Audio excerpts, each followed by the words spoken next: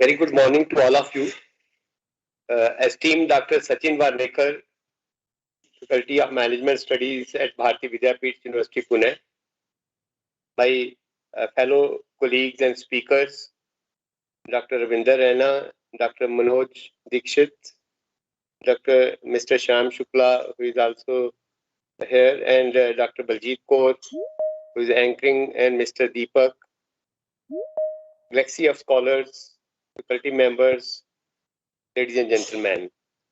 I'm glad to be part of this event organized by Bharati Vidyapeeth University, AIC sponsored International Conference on Emerging Markets, Trend, Challenges and Opportunities. I'm glad that there has been very good academic interface, networking during these 3 days. This event, due to COVID, has been organized in a virtual mode.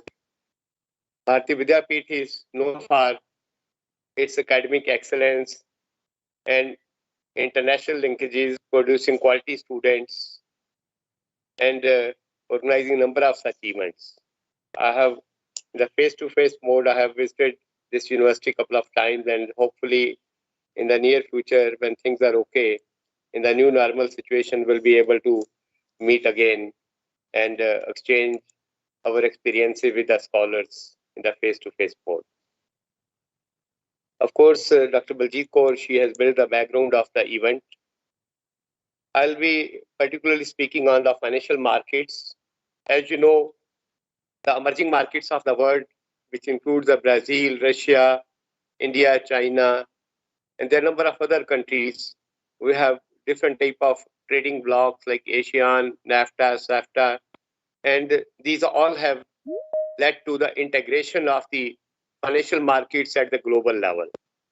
There have been different type of financial crises, right from in case we trace the history, that is in the early 90s, Southeast Asian crisis, whereby the economies of East Asia, which include the Philippines, Malaysia, and Thailand and Singapore, these economies were also greatly affected because of the financial crisis occurred at that period of time. And then in 2008 period of time, the fall of banks, Lehman Brothers case was there, and different type of crises have led to the opportunities and the challenges in the different parts of the world. In the recent period during 2020 and the corona period, COVID-19 pandemic period, so all the economies of the world have been greatly affected. The stock market got tumbling down. It got badly affected because of the COVID-19 situation. And in the new normal situation, different economies are trying to consolidate. Developed countries have been facing the challenge of the fiscal consolidation, whereas emerging market economies are facing the challenges of the more increased capital inflows and coupled with the different type of the risk factors which are there in the markets of the world. So hence, we need to learn from the experiences of the other 12 countries of the world at the same time. The financial markets is a very wide area which includes the stock market, financial institutions, financial services, and development finance institutions, and many more area, money market and discount market, etc. All these are there. So hence, the opening up of the world level economies have led to the increased capital inflows. It has led to the increased foreign direct investment and the foreign portfolio investment. But at the same time, it has led to increase in the risk factor in the global market of the world, risk factor which include the foreign exchange risk factor, the commercial risk, taxation risk, interest rate risk, and there are a number of other critical risk factors, and the sovereign have also been there. There will be large number of the which is known as the country related risk factor. There have been so many such risk factors which have led to the you can say downfall of the world level economies at the same time. So hence different type of exchange control measures are being undertaken. There are different type of such mechanisms are being worked out so that we are able to control the different type of the risk factors at the same time. So in the new normal situation, the different economies of the world, so they are again picking up the stock market in US, in India, and other emerging markets of the world is going up, and there is increased confidence of the investor in the new normal situation. So the recent trends have also witnessed the variety of the financial instruments, financial services, and the financial products. Right. So hence we have the different type of financial services available in order to finance our small and business enterprises, our startups. Even government of India has realized the importance of the challenges under the new policies.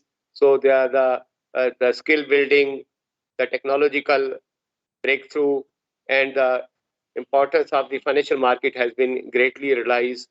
They're bigger pusher to the financial consolidation of banks, and the venture capital is being given a lot of importance, lease financing for the asset financing purpose, and different type of challenges which are faced with reference to the portfolio management and the resource mobilization. These are the other two type of challenges which are there, which are faced by the financial institutions, financial and the financial markets.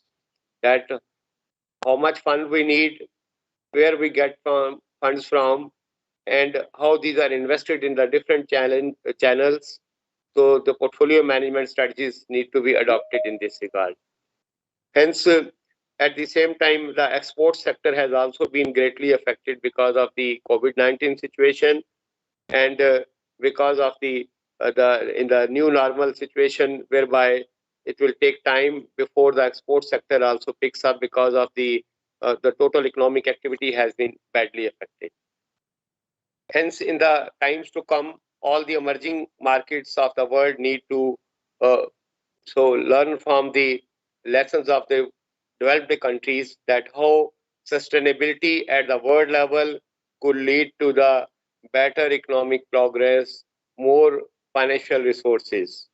The studies and the research conducted in the Harvard Business School with reference to the corporate sustainability and the shareholder value also proves that in case the companies are spending more amount in the environmental management, in the corporate sustainability, in the social responsibility practices, etc., this will this has its impact on the environmental shareholder value, because investors will have confidence in those companies which are investing in the environmental and the green projects, which are ensuring more corporate sustainability. So hence there is an increase in the shareholder value of those stocks which are uh, you can say offered by the more enlightened companies and the world level companies which are investing in a big way in the corporate social responsibility projects, in the environmental projects, and the other type of the green projects also. Hence, the challenges at present have also, with reference to the financial reporting and the financial disclosures. The companies are expected to be more transparent in the disclosure of information, in the reporting of information. There is need for better corporate governance standards at the same time. The global reporting initiatives, so these need to be adhered to by the companies so that we are able to have the more corporate excellence and make available funds for the different economies of the world. Hence, emerging market economies so are an important case in this point, whereby the Brazil, Russia, India, and China, BRIC nations, and the number of other trading bloc nations, they are also doing very well in this regard, and they are trying to come out of the present situation, and in the new normal situation, I think that these countries will be a engine of growth, and this will be able to finance the rest of the you can say projects at the world level also at the same time. Hence, the important challenge at the world level, of course, is how we provide a vaccine to those countries of the world which badly need it, where there is no production by the pharmaceutical companies. So hence, this is our global responsibility. Indian government is doing very well, whereby the vaccine has been provided to the number of countries of the world. And of course, the whole of the Indian population also gets vaccinated as soon as possible so that the new normal activity starts. So hence, all these challenges, opportunities, and trends are there at the world level. And I take this opportunity to express my gratitude to the organizers, Dr. Sachin Varnekar, for giving this opportunity to be part of this event. So, in case, so of course, this is a plenary session, and in case there is any question, I will be glad to answer. And I hand over this mic to Dr. Baljeet Kaur to carry on the further proceedings. Thank you.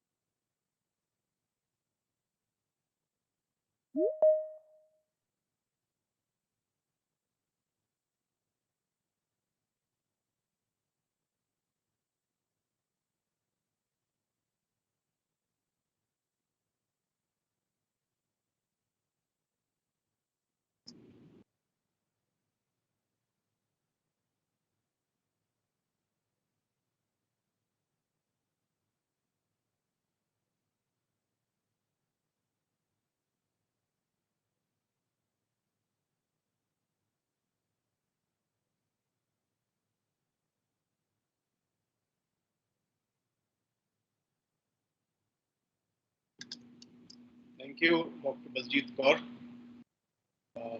Begin with thanking Sachin for having invited me to be part of this international event. And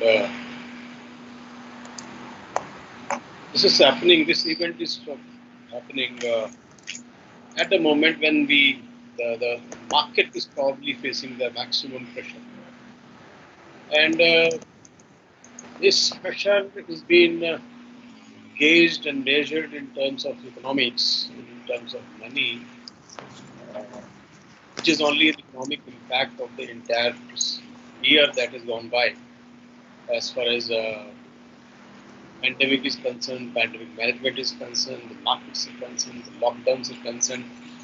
Everything has a lot of I would say aspects to measure, uh, and monetary aspect in one of them. But having said that, I would say that that even if we go by only the monetary aspect of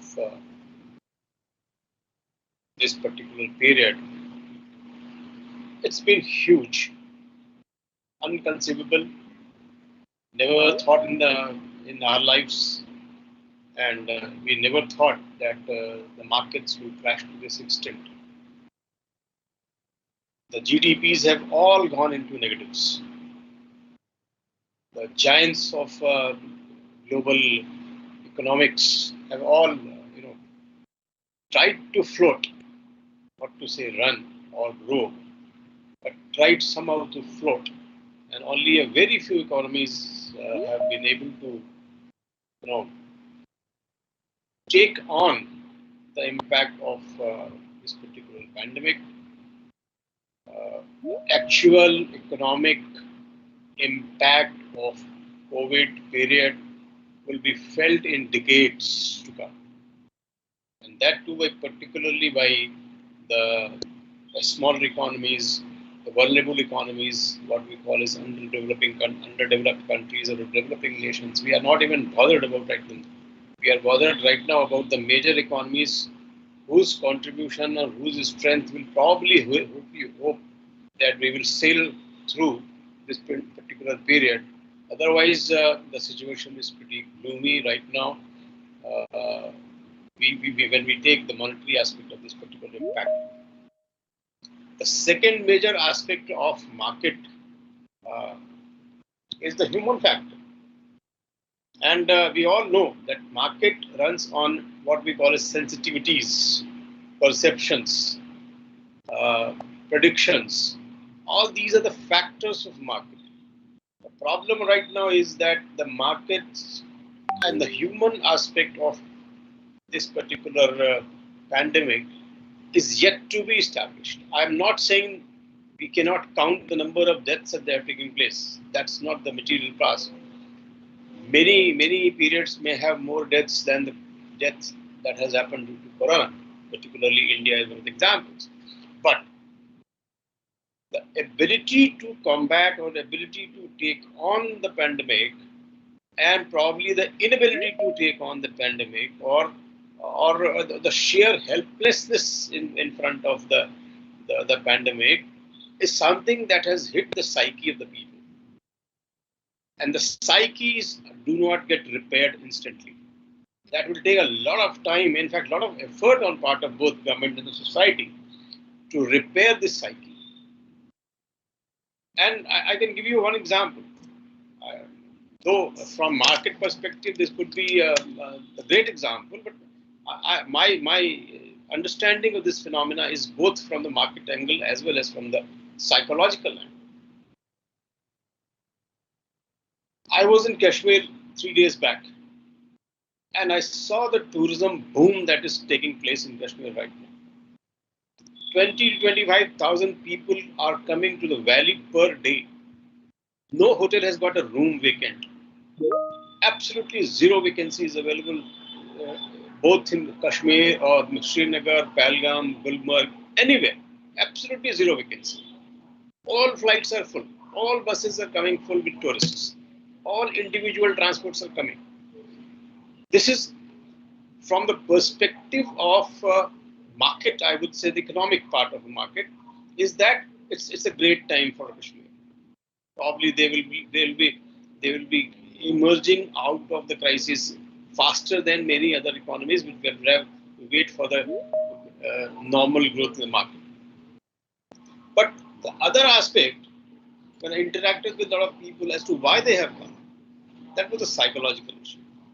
They said we were so chaotic. We feel so chaotic, bored up in the homes that we have all come up.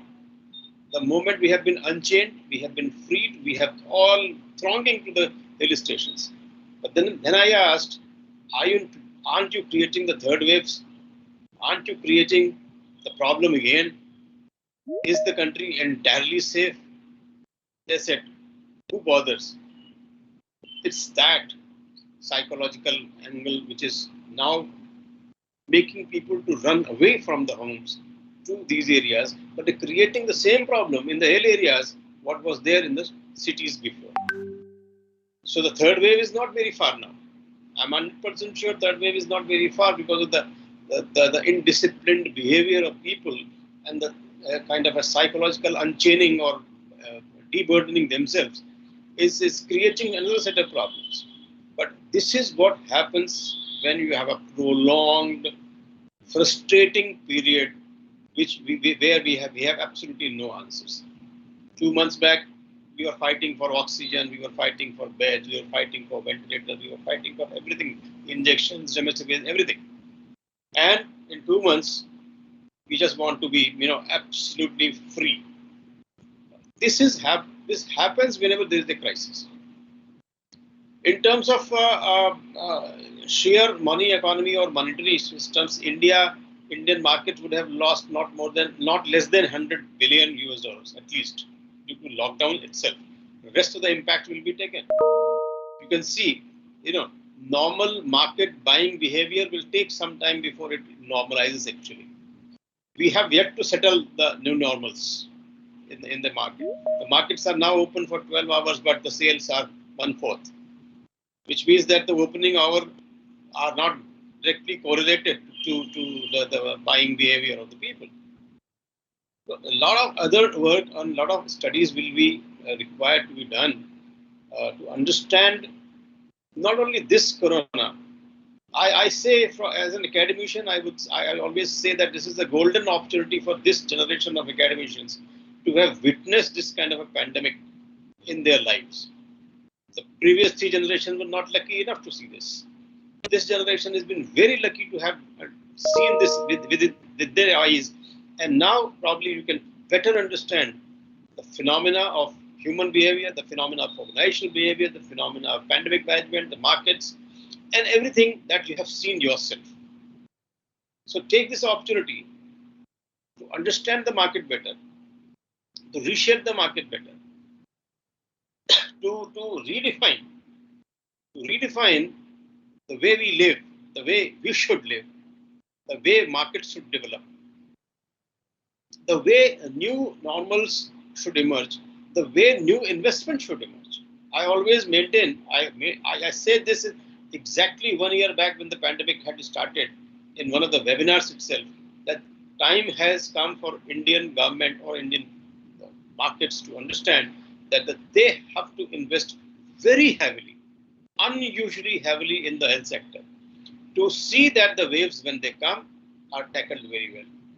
And also, if the government is duty bound to create employment opportunities for people, if this employment opportunity should be created in the health sector, we should pump in roughly about, I had made the numbers, about 60 to 70,000 crore rupees should be pumped in the market for creating health infrastructure across the nation, that every PHC level should be able to save at least one human life for the two. Unfortunately, it did not happen at that time, and we saw the second wave cost us very dearly. Now the government has announced the investment of about 25,000 crores, which is now I would say it is 1/4 of the required amount, and this will probably help you create more employment, little more survival of MSMEs, and also creating a health infrastructure which would take care of the next generation problems or the next waves of problems. We should keep in mind very well that the pandemics or the viruses are not going to disappear the way we wish them to disappear. They will not. They will keep occurring and challenging the systems that we have created. Look at the first top two health infrastructures in the world, Italy and US, the way they faced this problem. So mere creation of infrastructure will not be the real problem, real solution. But understanding the whole phenomena, having understood the importance of health and both medical, both at the time, and creating immunity in the bodies of the people again by adopting to the indigenous methods of consumptions is probably, there is a lot of task ahead of us. Mind it, we can learn only in a limited manner from America or Italy or for Germany or for that matter, Britain. There are few districts of India equal to only few districts of India, maybe a couple of states, that is it. India and China have to learn their own lessons. China has learned, India has to learn its own lessons because they are 130 crore people. They are not 1, 2 or 5 or 10 or 20 crore people. So we have to understand that this is an opportunity for academicians across the business organizations of management, of public administration, of policies, of biology, or maybe the medical sciences, environmental scientists. They all have to understand the fact that you have to understand India in an Indian manner, from the Indian perspective, from the Indian value and ethos systems, and then only probably will be able to create a safe future for the Indians in the world in the years to come, in the decades to come. I'm very happy that this conference has come up at this time of time where it can very well understand the need of creating markets or probably understanding markets better. Hospitality sector is probably the worst hit. Civil aviation, hotels, and of course, unorganized sector is absolutely shattered. We all have to repair this and repair with some conviction that the future belongs to us. We still have a role of creating a 5 trillion economy. We still have a dream of becoming the Vishwaguru, as the National Education Policy mentions. So we have to create a lot of narratives, a lot of understanding, a lot of concepts and ideas, a lot of principles which are Indian in nature and character, so that we are in a position to give the world an alternative answers to the phenomena that they are witnessing, and they have no answers. My best wishes for the success of this particular conference. It's great to have people from across the world attending this conference, and thank once again my friends in Bharati Vidyapeeth, IMED particularly, Sachin, Shyam, Baljit, and the entire lot of people, Mr. Ravinder, all of you, thank you so much for inviting me. Probably I've only tried to give an alternative perspective of understanding the answers, and we have a lot of joint work to be done in future. A lot of research is to be worked done in future. My best wishes for the success of this particular conference. Thank you very much to participate.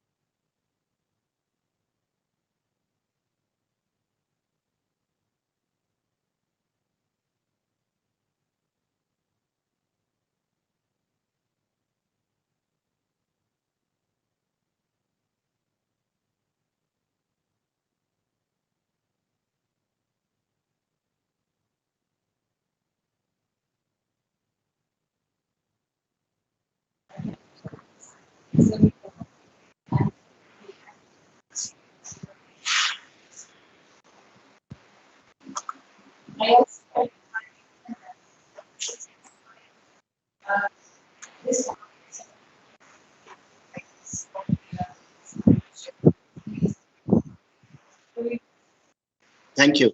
Batra sir, Dr. Batra.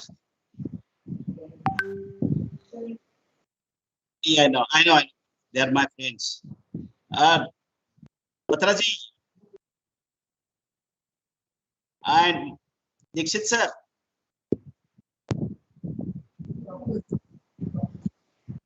Sir good morning sir तीन गुरु हमारे साथ हैं आज Dixit sir आप Raina sir and पत्रा साहब very happy to meet you. I've been listening to you. I thought I'll join only in the last few minutes. Batra sir, good morning, welcome. Thank you ji, thank you for this opportunity. Sir हमारे दो गुरु और एक रेना साहब तीसरे गुरु यहाँ मिल गए and I'm really very happy to see you after a long time. We have been in touch on the phone and mails, WhatsApp, etc. But I was eager to see you. और आज दिन बन गया sir हमारा आपको देख के. Thank you. And yeah, and great speeches by both of you. And now we are going to listen to Mr. Professor Ravindra Rena. So at the end, I'll speak something more. With your permission, Batra sir. Haji. Yeah, with your permission, I'll talk at the end. Abhi now Ravindra Rena sir's speech is there. Under your yeah, please. Sir. Yes. Yeah. Haji. Rena sir, you please unmute yourself. Rena sir, unmute yourself. Unmute. अरे आपकी तरफ से है क्या देखा? Sir, unmute yourself, Rena sir.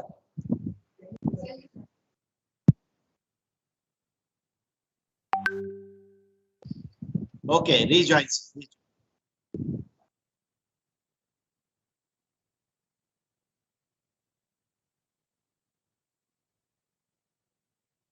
By the time Rena sir he has to leave and again rejoin because there is some connectivity issue.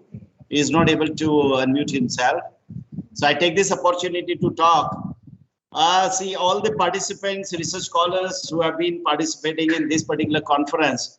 You're all lucky to have great and eminent personalities in the last 2 days and even on this third day. Batra sir and Manoj Dixit sir. Manoj Dixit sir is the former Vice Chancellor. They have a great contribution to the education and to the society, and you all are lucky to have them as the chairperson and the key speakers today. Even Dr. Ravindra Rena, you must have heard from Bvdu, so his credentials.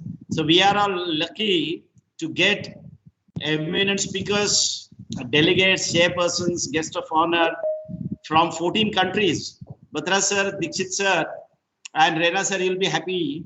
There are 14 countries represented, and more than 80 papers are being presented in the last 3 days, and 20 plus resource persons like you are there.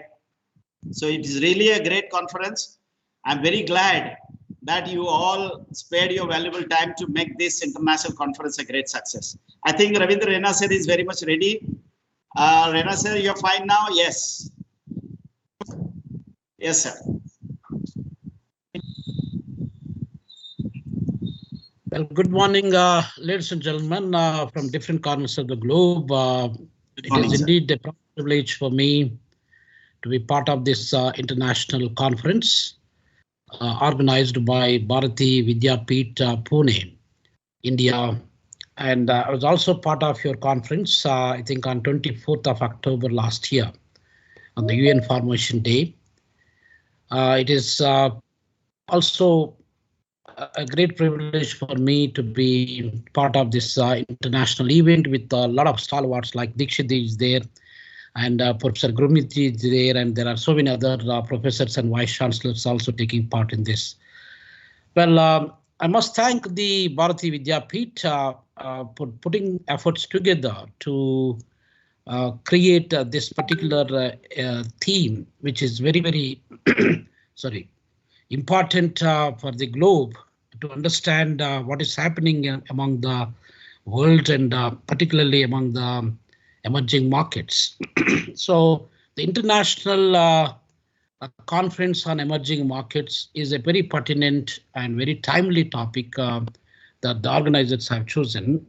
So I must also thank and congratulate Professor Sachin Vernarkar, sorry, the Dean of the Faculty and the Director of the Institute of Management and Entrepreneurship Development, and Professor Sham Shukla, who is in contact with me for the past few weeks in order to contact me to attend to this event as a keynote speaker.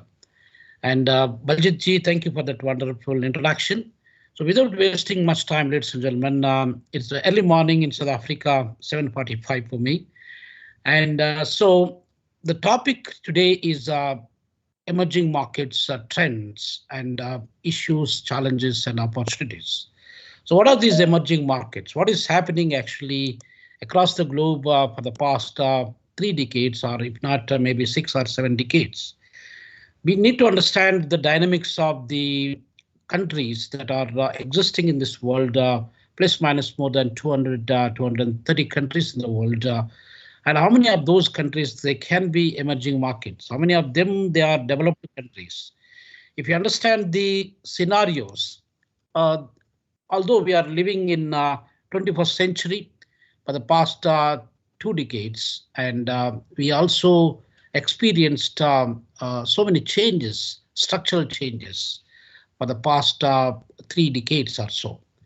But still the divide between the developed world and developing world is existing. We cannot able to break the structures that are being developed and growing just like that. So 3/4 of the economies in the world, and they are probably the developing world, and then 1/3 of the economies, they are the maybe less than 40 countries in the world, they are the developed countries. So maybe predominantly OECD countries, Organization of Economic Cooperation and Development, and a few other countries in America, and they are the one they are developed, Australia, New Zealand, and so on. Now, we are trying to build the walls more than the bridges, ladies and gentlemen. That's not a good sign for us. We need to bridge the kind of bridges so that we connect the people, we connect the countries, we try to support, we try to help each other. That's not happening actually. No matter our United Nations organization, UNO, was one of the oldest organizations that we have for the past more than 70 years, but still we couldn't have the bridges that need to be connected among these developing countries or the emerging economies and emerging markets actually. So we are trying to build walls among ourselves. So walls are trying to divide us, not uniting us. So that is a sad part of it, and global leaders, academicians and policymakers and the politicians, they must think about this issue, without which we cannot able to change any kind of structural adjustments or structural changes within the existing emerging market scenarios. So ladies and gentlemen, we do have so many markets that are emerging from time to time. What are these emerging markets looks like? According to the definition, all these developing countries or the low economies or low income groups, which are trying to grow faster than maybe 5% to 8% or 10% in between, if they are trying to grow and fast and also trying to change the living standards of the people or improve the living standards of the people, they are the emerging economies that we consider. Now, what are the emerging economies that we have, particularly in Asian continent? Of course, India has been the largest economy in the world for probably 1,800 years. And only for the past 150 years, America has taken that position from India and remain as the largest economy for the past 150 years. Now, the list goes on. I'm not going to touch those largest economies here, but I would like to touch something about the emerging markets and emerging economies here. So what are those emerging economies that we have? In Asian continent, we all know that, ladies and gentlemen, China is the first largest emerging market, although it is in the middle income group, and still it is considered as a developing country. India, no matter whatever we achieved for the past 7 decades of our independence, we consider ourselves is like a developing country or emerging economy or emerging market. Now, these are the two largest and powerful emerging markets in Asian continent. And then we also got Japan is the developed country and also the third largest economy in the world. But still, we can say Japan with 126 million people, it is still considered to be one of the emerging markets or probably emerging economies in different standards. Now, then we also got countries which are developed in our Asian continent, particularly South Korea. We also got Singapore and Hong Kong and so on. So these are few of the countries that can be counted as the developed countries. But then the emerging countries on the other side, ladies and gentlemen, are emerging markets. Cambodia we have, Laos we have. We also got Taiwan and Philippines, and we have Thailand. We have even Myanmar, which is considered to be probably the one of the problematic countries, or neighboring country. Myanmar is also emerging market, in fact. So the list goes on. There are so many countries out of 45, 46 countries in Asian continent that, probably we can count about 20 countries. They are considered to be the emerging markets. Now, what is happening among these Asian countries? We do have ASEAN is an organization, association of East Asian nations. But are we trying to build the walls among ourselves? Are we trying to build the bridges among ourselves? That is what is important. For the past several decades of its existence, ASEAN, what it has done. We also got predominantly SAARC countries, South Asian Association for Regional Cooperation. While I was a student, I used to study, the SAARC started just that time, and I used to study about SAARC, and our work SAARC has contributed. Is there any cooperation among those 7 or 8 countries that are members? India is the leading country, Pakistan, and Bangladesh, and so on, and Nepal. And are we doing enough actually to build ourselves or to support among ourselves? So that is what is important, ladies and gentlemen. So that cooperation, that coordination, that harmony, which is very, very pertinent, very important, without which we can just talk among these international forums such as this, but there is nothing much is going to happen unless otherwise we move the coins. We have to make the walk to talk, not only the talk to talk, but also walk to talk. So those are the things that we need to do. Now, let me take you to the other side of the world, which is Africa, where I'm staying and where I'm working. And countries in Africa continent, we got about 55 countries in African continent. And out of these 55 countries, if you look at the World Bank statistics or IMF statistics, the top 10 poorest economies in the world, they are centered here. Probably half of the continent is also considered to be the poorest countries among the poor. So this is what is happening in African side. And Africa has been seen as a dark continent because of all these kind of underdevelopment, low income economies, diseases, problems, battles, wars, struggles, and so on and so forth. So whenever there is a problem, we talk about Africa. But the actual fact is that there are also today we got in Africa about 1.2 billion people, or nearly 1.3 billion people. That is equivalent to Indian population. India is a subcontinent. Africa is a continent. We share the same amount of population, ladies and gentlemen. Now, among this 1.3 billion people in African continent, there are only 300 million people. They are coming from these emerging markets. Now, what are those emerging markets that we can talk from African side? In Africa, we got about 17 countries out of 55 countries, as I said to you just now, and 17 countries, they are considered to be the emerging markets from African continent. Africa is seen as a potential continent to grow and to support the world economy in the near future. because of the fact that it is a consumer-based economy, it is a customer-based economy, where we are not a producer-based economy in Africa as such. In India, in China, in Japan, or Germany and France and so on and so forth, they're the producer economies.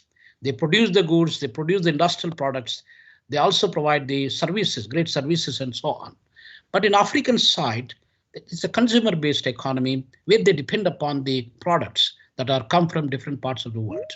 So these economies, what are those 17 economies that we have? Let me give you a highlight. The largest economy in African continent is none other than Nigeria. Nigeria has got more than $520 billion as their total income, or the national income of Nigeria. Now that made Nigeria is the largest economy, and South Africa, where I'm staying here, is the second largest economy. Of course, Egypt is also trying to compete with South Africa. They're going side by side.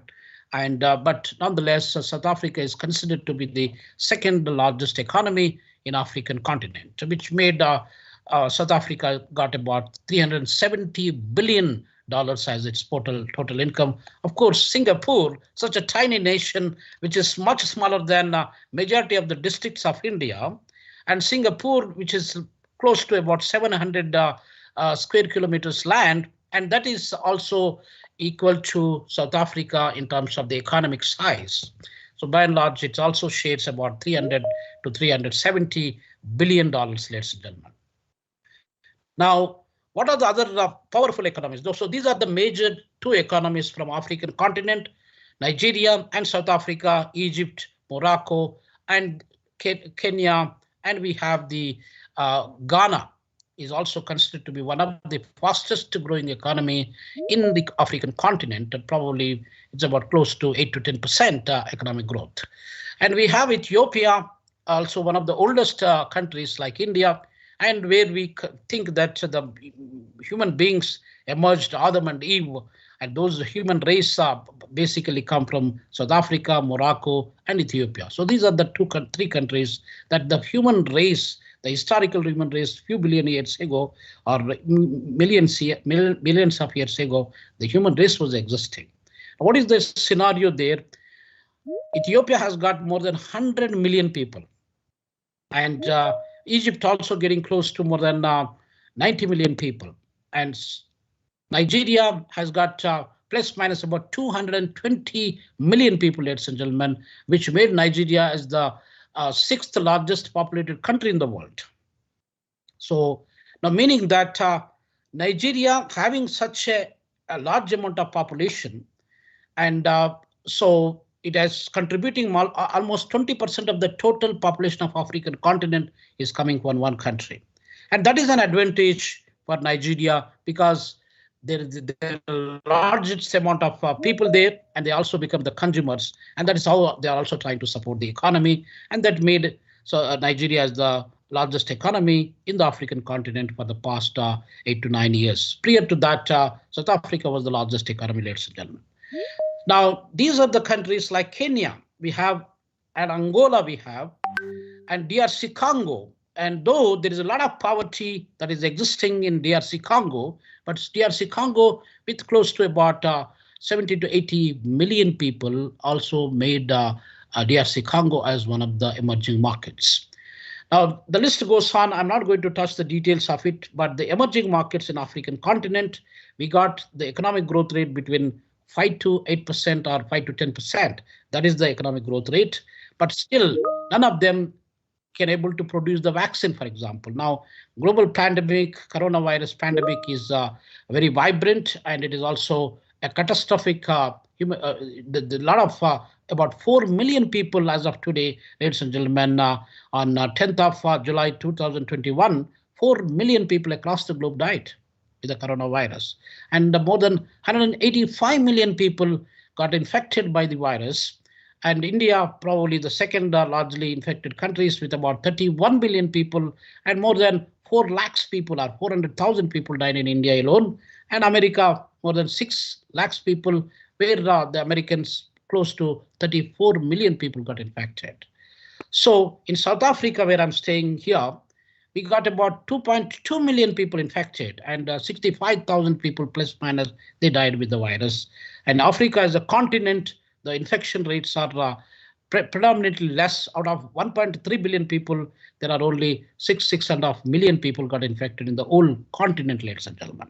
But if you look at the vaccine production, now majority of the countries, even Cuba come up with the vaccine, and Russia come up with its own vaccine. India has come up with its vaccine, but Africa, none of the countries in Africa could able to produce the vaccine, ladies and gentlemen.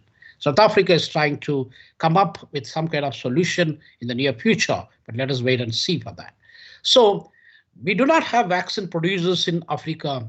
55 countries in African continent, none of them, whether it is Nigeria or Egypt or Morocco or Algeria and Burkina Faso and Guinea-Bissau, none of the countries they can, or Botswana, also, our neighboring country here, they cannot able to produce the vaccine. So that is the sad part of it. So therefore, the emerging markets in African continent, they got abundant natural resources that can support abundant natural resources that includes oil, petrol. Nigeria is the largest producer of petrol in African continent, and Angola is there, so Sudan is there, and a few other countries like Gabon is there, and many other countries are also there as oil producers. Now we look at the other side. Diamonds are considered to be the precious objects in the world, and Africa is the center of the diamonds, ladies and gentlemen, which has got more than 55% of the total diamonds of the world are existing in this African continent. And the gold is considered to be the second precious metal, and a gold, probably about 55 to 60% of the total gold deposits of the world are also centered in African continent. So that is why Africa is going to play a major role in the coming few decades time. The population now, African population in the world is about 16%, meaning that for every 100 people in the world, 16 people are coming from African continent. So this 16 people will become 24 people in the coming 9 to 10 years period. And in the coming probably 40 years period, by 2050, ladies and gentlemen, African continent will be having about 40% of the total population of this world. So we cannot ignore by any standards, by any definition, that Africa cannot be ignored, ladies and gentlemen, because of its market size, number one, because of its natural resource base. And there are so many herbal probably products that can be produced from African continent, ladies and gentlemen. There are some rarely available plants, rarely available objects that are also available. Uranium, for instance, Namibia is the 5th largest producer of uranium in the world. So there are lots of precious natural resources that are available in African continent. That is why the world see Africa is the continent of opportunities. So in order for us to grow together as a world, as in emerging markets, we need to take Africa together with us. Now we are also having countries like BRICS, Brazil, Russia, India, China, and South Africa. It is the type of groups that we have created for the past more than a decade now. 2009, South Africa joined 2009 December. South Africa has joined. South Africa is the only country from African continent that is part of the BRICS economy, ladies and gentlemen. No other countries. So now we have the BRICS. For the past 1 decade, what did we achieve? Are we having more conflicts among ourselves, or more rivalry among ourselves, or more cooperation among ourselves? So in order for us to promote the emerging markets, and in order to produce the emerging and powerful economies, we need to have the cooperation. A strong cooperation is very much needed. So strong cooperation can come. India and China, they cannot fight among themselves with the border disputes. They have to economically work together hand in hand for the mutual benefit, for the benefit of the BRICS nations, for the benefit of the world actually, particularly the world, the global economies, particularly the developing economies in the world, which are about 75% of the global economies are developing economies until today. And these 75% of the total world is looking at China and India with different eyes. And these India and China, they cannot fight among themselves, but they have to work together hand in hand. By working together, they can also help these 75% of the world, actually. So that is what is important. Though no matter that we have the BRICS for the past 10 years, we have new development bank with more than $100 billion investments, but nothing much, no significant progress have ever taken place for the past 1 decade, ladies and gentlemen. We must think about that. We got the new concept that was emerged probably about 10 years ago, a concept called the MINT. We all know that MINT is standing for M-I-N-T, and M stands for Mexico, which is also from Latin American side, Brazil, Mexico, and Chile, and those are the countries, they are also emerging markets. Now, Mexico from Latin America, and we have I from Asian continent, that is Indonesia. Indonesia is also one of the top 20 economies in the world, ladies and gentlemen, which contribute more than $1.2 trillion to the global economy. We cannot ignore Indonesia because Indonesia has got a population of about 270 million people living in that country, ladies and gentlemen. Now, the next country is Nigeria. So Nigeria is the only country among those 4-member group, that is Mexico, Indonesia, Nigeria, and we have Turkey. So these are the countries that they also developed a group, but the cooperation among themselves is not taking place that much. So we also got a new concept and a new idea which was emerged for the past few years, which came into existence. I think it's a new partnership for economic cooperation development and Africa Continental Free Trade Agreement. The Africa Continental Free Trade Agreement, which has started on 1st of January 2021, about 7 months ago or 6 months ago, ladies and gentlemen. The purpose of this organization is to promote the trade among the African nations. Africa is not trading among themselves. Rather, they go to France, they go to Germany, they go to America, they go to Australia, or they go to China to trade. They don't trade among themselves, which is not good. Now, how do you change the structure of the economies when you do not trade among yourself, when you do not have that cooperation? So this Africa Free Trade Agreement, African Continental Free Trade Agreement, is basically looking at that. And they wanted to have free movements among the African nations and free movement of the goods and the services among those nations, as the same thing had happened in European continent. We have a European market, and we have got European Union. We got Euro currency, and more than 27 countries in the European continent, they are following that kind of rules and regulations and having the close cooperation among themselves. Now we must remember that European continent as a continent, it is almost the same size of Canada as a country. Now look at the European continent, country like Germany, which became the 4th largest economy. And Germany, if you look at the area size of Germany, is almost the same size of Rajasthan state of India. Rajasthan is the largest state in India, ladies and gentlemen. They are of the same size. Now, we are standing at the 5th position in terms of the world economic ranking, that India is the 5th largest economy in the world, whereas Germany, which is part of India, like a Rajasthan state, is become the 4th largest economy. We need to think about that. So, ladies and gentlemen, in the interest of time, I think I would like to conclude by saying that the emerging markets, the trends that we look at, the opportunities that we have, and the challenges that we have, they are immense. So we need to cooperate among ourselves. The cooperation and the support is very much important for us, without which there is no significant difference is going to take place in the coming near future.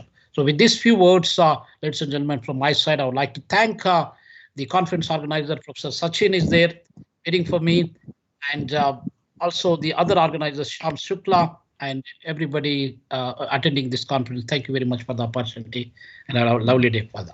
Thank you. Thank you, sir. Thank you. Thank you very much. Great, enlightening, informative, educative speech. Thank you.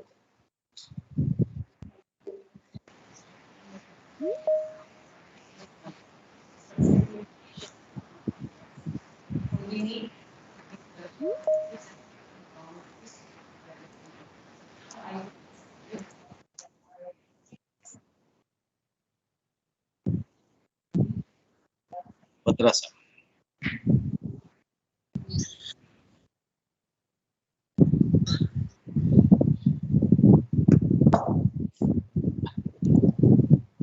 Batra sir.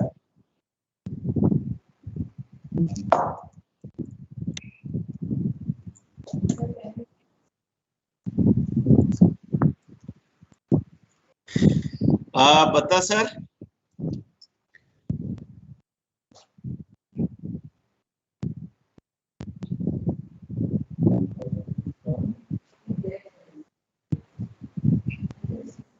Sir is there now.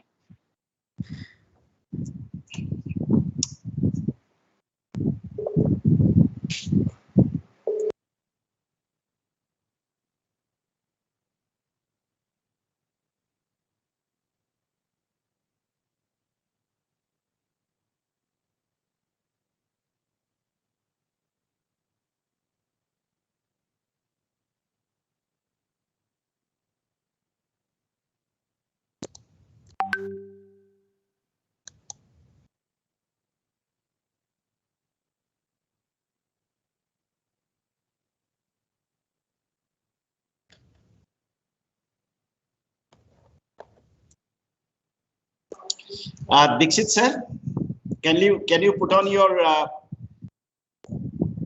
Manoj Dixit sir, can you put on your camera please? Yeah, Dixit sir, your final remarks for the conference and some guidance to the participants. Unmute yourself, sir. Yes, sir. Part of the conference is that it is well represented from continents, and that is the plus. And as Rana mentioned, and my point is too, that it is an opportunity for markets like India to emerge out of the global scenario that we have. It is a huge opportunity for Indian entrepreneurs, Indian market people. The opportunity which would not have been provided under normal circumstances at all. It has emerged because of the cost of many other markets, and the understanding and the what you call as a human capital resource of India is so huge that it can definitely take up this challenge and emerge as a global market leader sooner than later. And this is the huge plus, and we should always, I think, my belief is that we should always be positive on the situations that are there, and the understanding of Indian academicians and Indian industrialists, Indian entrepreneurs is, and the exposure that they have. And the next door limber, the way it emerged in the last 30, 40 years, it is an opportunity for India to emerge and lead the load and be more responsible and responsive market people and show to the world that ethics and markets go together. That is an opportunity for us, and this is how I take it up. Thank you.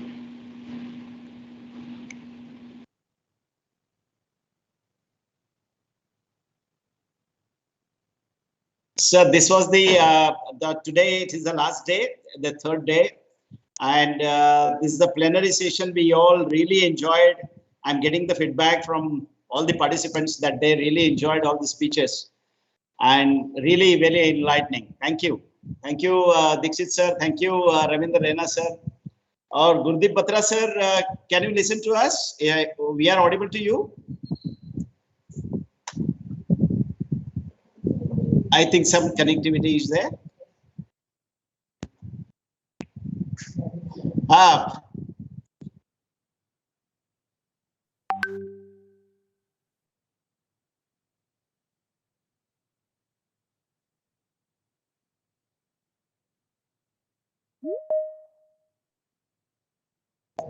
Yes, Batra sir. आपके concluding remarks wait कर रहे हैं हम. Unmute yourself, sir.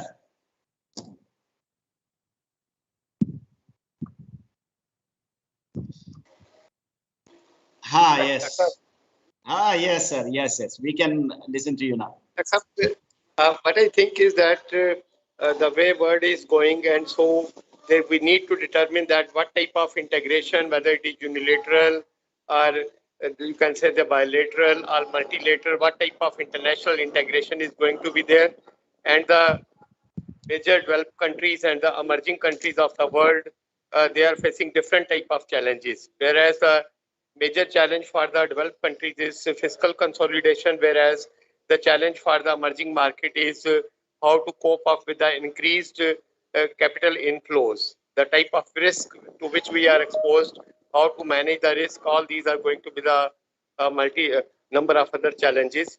So in this new normal situation, how these economies they experience more growth and cope up with the pandemic, and how the finance acts as an engine of growth, how the financial markets are used as a catalyst of further economic growth is going to be another important area, since the increased foreign direct investment and foreign portfolio investment are the other two important areas which need to be taken care of.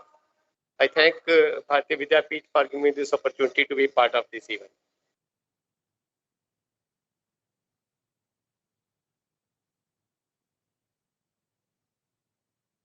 Sir, one thing I would like to say, in this pandemic, we had to have this online international conference. And I do understand, even if it was offline, we would not be able to have 14 countries represented in the international conference. But we are looking forward. I think by December, things will be normal in India.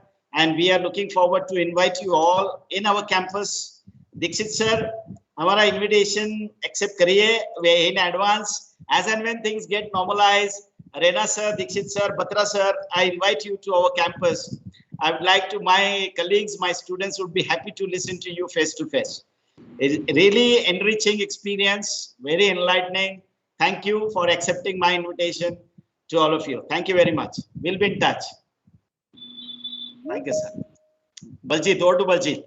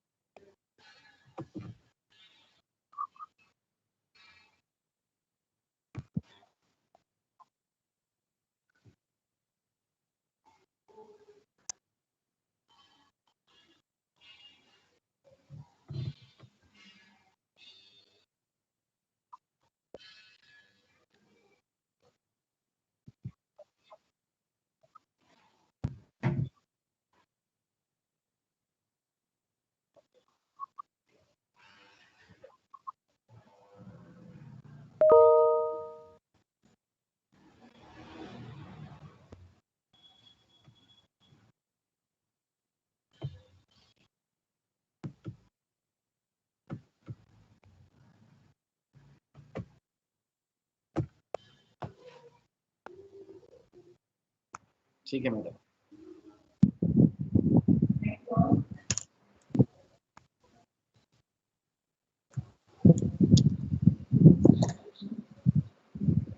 Thank you, Batra sir. Thank you, Rena sir. Thank you, Dixit sir. And namaste. Once again, namaste from India. Thank you for joining.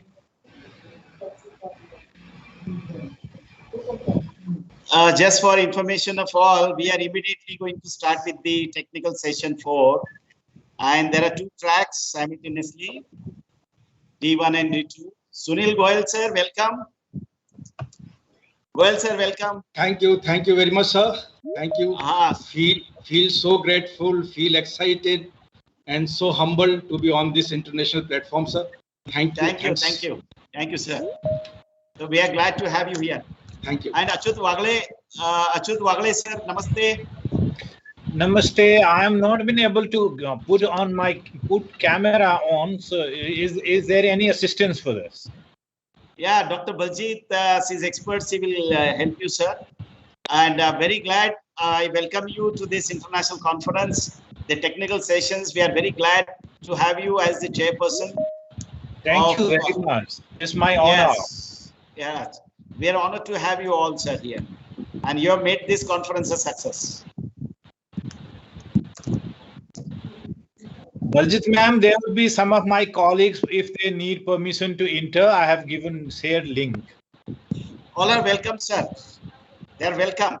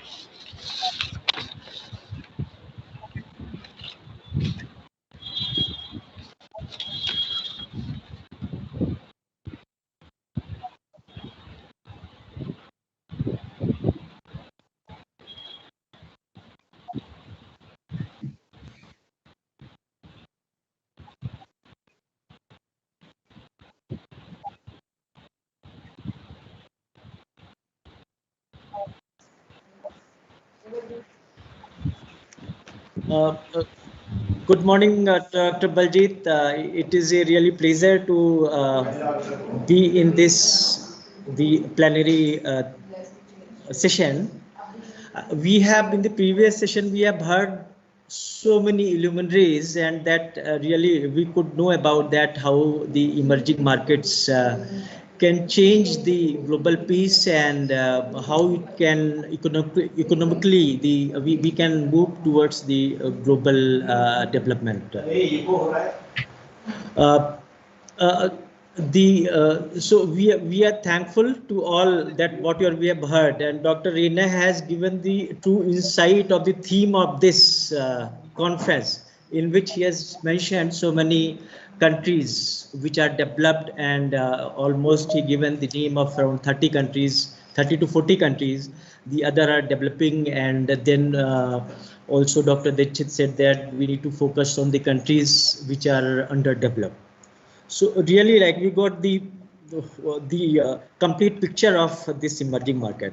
Now moving ahead, I'll request the dignitaries to be with us. Now we have another great academic leader, that is, so I would like to introduce that the another thought leader which we are having today. So before I start, I will put these two words: yesterday is gone, tomorrow is uncertain, and today is blessed.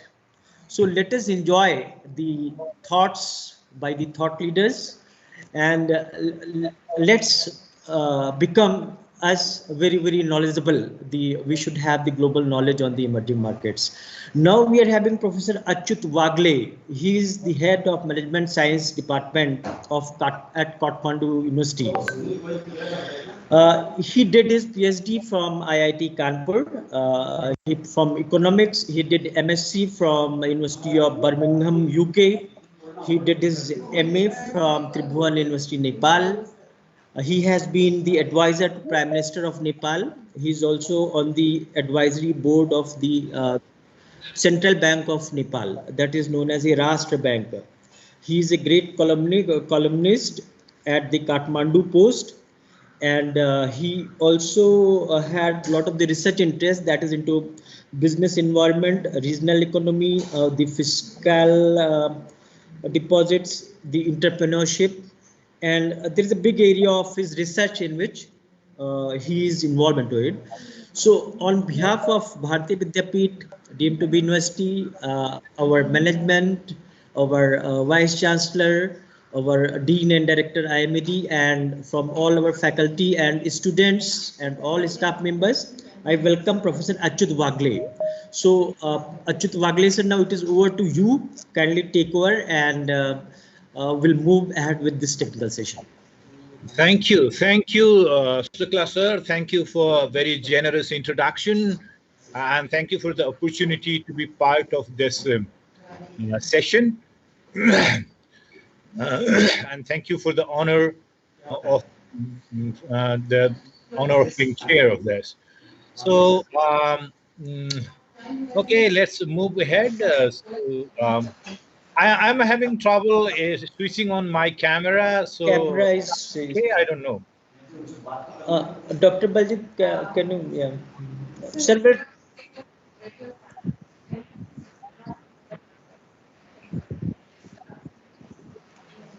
should I join from the app or the website?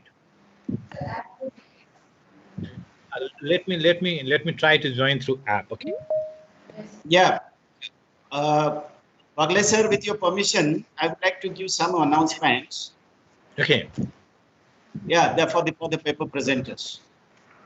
Dr. Shukla, Dr. Sharda is taking care of this session. Yes. And there are paper presentations in 2 tracks today. And all of you kindly note that we have valedictory session.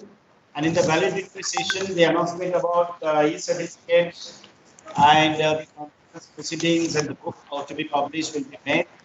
And all are requested to wait till the valedictory session is over. And we have Mr. Jenkins from Australia, is a professor. He is the chief guest of the valedictory session. So it's a great opportunity to listen to Wagle sir, Goel sir, and then Jenkins from Australia. So all of you kindly be with us till end of the valedictory session. Thank you.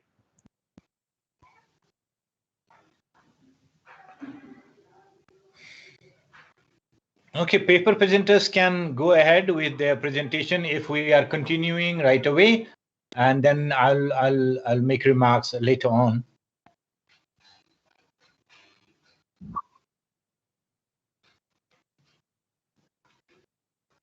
Please go ahead.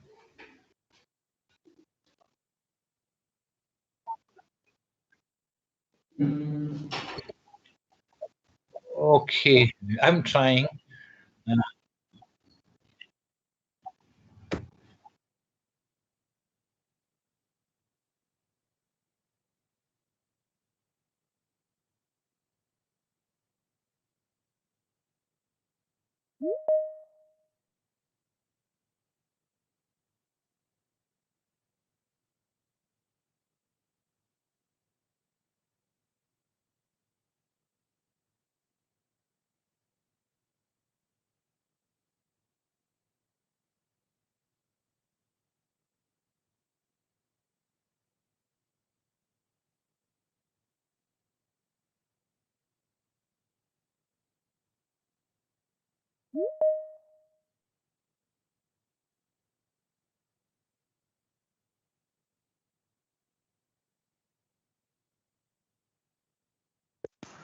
Wagle sir, are you there?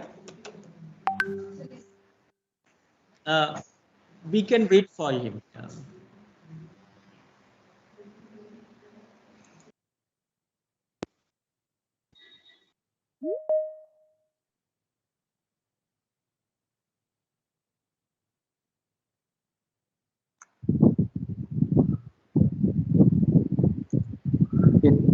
Neha Karve? Yes, Neha Karve, you're from which university? Sir, I am research scholar, Imed. Okay, good. Sir, shall I continue? Bear with us. The chairman, sir, Dr. Wagle from Nepal, he has some technical issues. Let him join. Sure, we need chairman, and under his chairmanship only things will move forward. Sure, sir. I'll wait. So all of you bear with us. Yes, sir.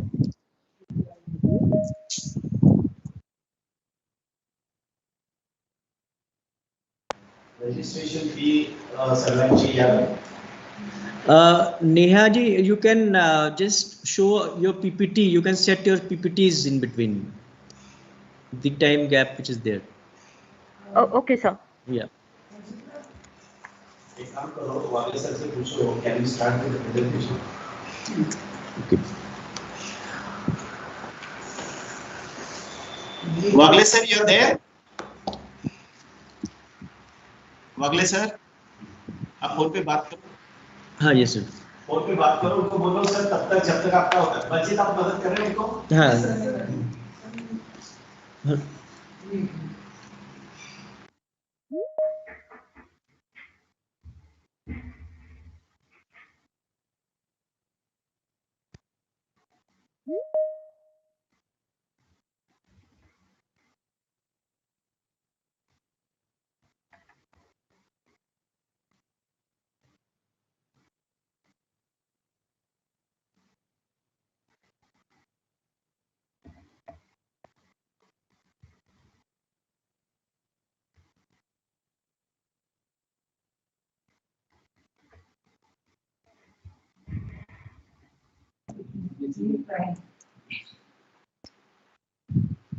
शुरू करवा ले फिर नहीं तो।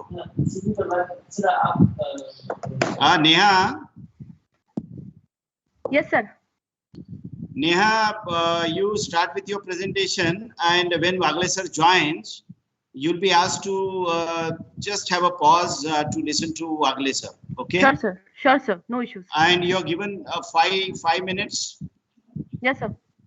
Okay. Yes. What you all should do. In fact, it is Dr. Shukla is very much there. So you all please ensure that you focus more on your contributions. The outcome of the research paper, right? Yes, Focus more on that instead of giving brief introduction and all that. So yes, each sir. one of you are given 5 minutes only. There are 30 papers in 2 tracks. Yes. Yeah. Now Dr. Shukla, Sir. And Shraddha and all of you, please take care of it. Right, sir. Thank you. Thank you, sir. Thank you, sir. Baljeet, उसे touch में रहे. Neha, you can start now with your Sir, PPT. Shukla sir, is my PPT visible? Not yet. I think it will come. I cannot keep my camera on, sir. So, but I shared my PPT. Oh, it's no, okay. I think it will take some time. It has come. Yeah, it's visible now. You can start. Yes, sir. Good morning, one and all. And myself, Neha Karve. I am former banker, and now I am into academics for past 12 years.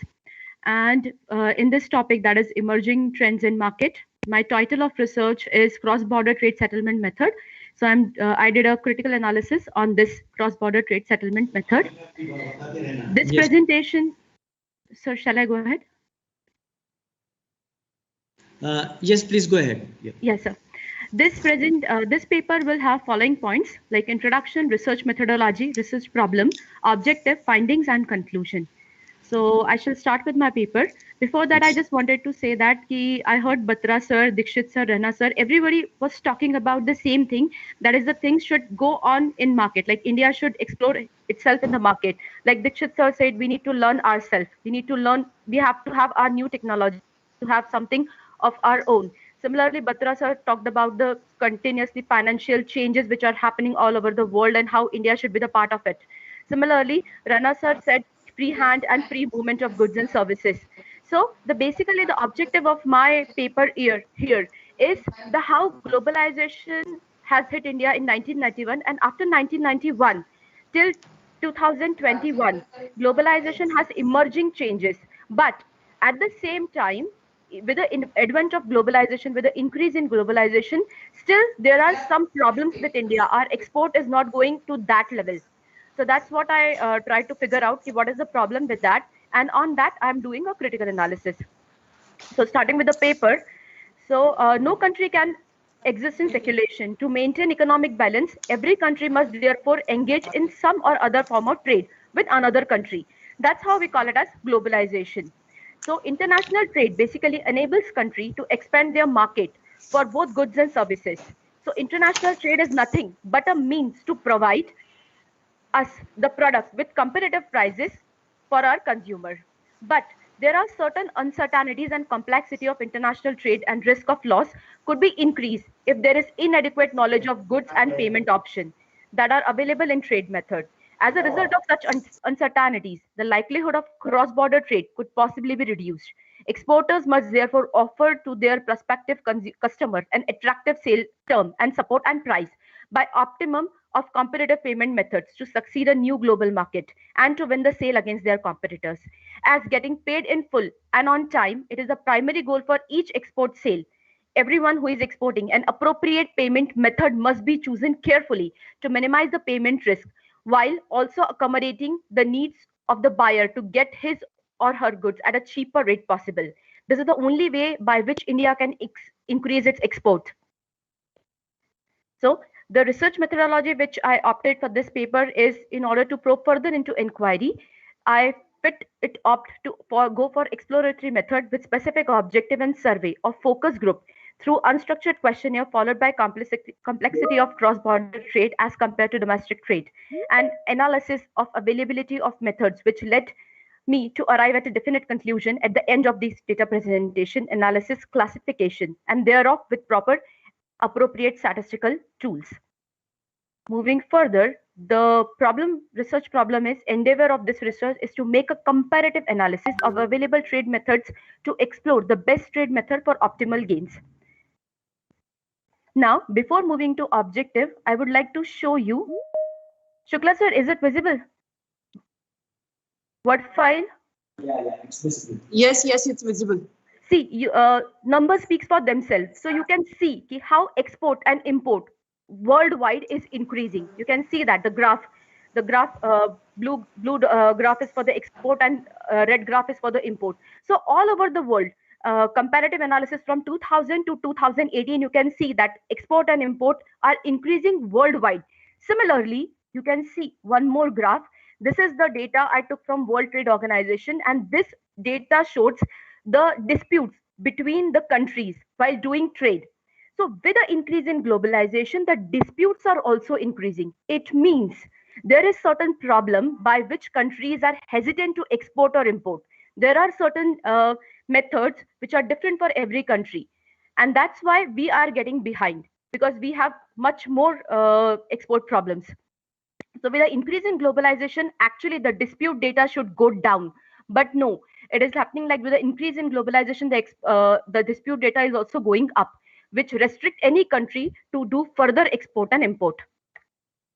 Now, objective of this paper is to study the factors that differentiate cross-border trade from domestic trade. It is very easy to do business in domestic trade because there is no international exchange of currency. We are using the same currency. We are dealing rupee to rupee. But while we are doing a cross-border trade, we deal with rupee to dollar, rupee to pound, rupee to yen, and which includes the major risk, that is currency exchange risk, which is a major setback for exports.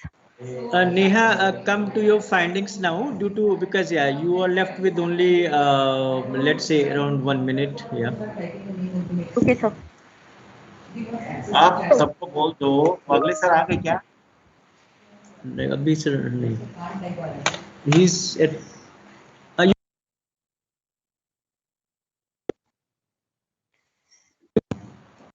Sir, shall I go ahead? Please go ahead. Yeah. So on going through various aspects of cross-border trade settlement, right from differentiating factors between domestic and international, and having studied the analyzed expectation of parties and features available method. So those who are doing a newly startup, those who are startup companies or emerging new in the market, should go for documented credit method, because this is the safest method for them. By this method, they will save their money, they will save their time, and they will be assured of their goods and services. And if the amount of consignment is small, whereas when amount is much bigger, irrespective of the transaction in cross-border trade, should again go for documented credit only. So as per my finding, documented credit method is the most suitable method, especially for startup companies. The established trader may opt for documented credit, being less expensive and thereby making product price more competitive in the market. So that's what I find out. Good, very good presentation, Neha. Okay, so yeah, it has been. Yeah. Achyut sir, you are there. So we can take up next presentation. Yeah, please do. I half of Neha's, so no issue. Just okay, good sir, good. Yeah. Now session is over to you, sir. Okay. So we can go ahead because I don't have the list of the presenters, so you can facilitate that way. I'm here. Right, sir. Okay, next presenter can go. So do you want my comment on Nehaz right away, or you can give at the end, sir? Yeah, I'll do that. I'll do that towards the end. Yeah. Thank you, sir. Thank you.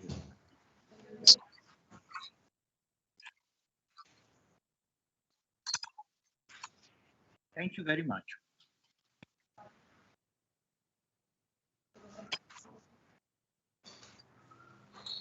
Now the next presenter is Dipali Gala. Dipali, I have made you the presenter.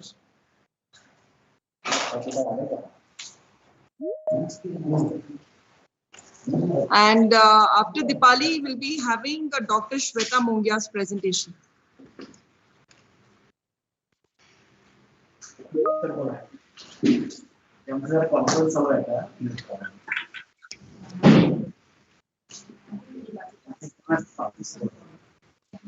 Yeah. Yes.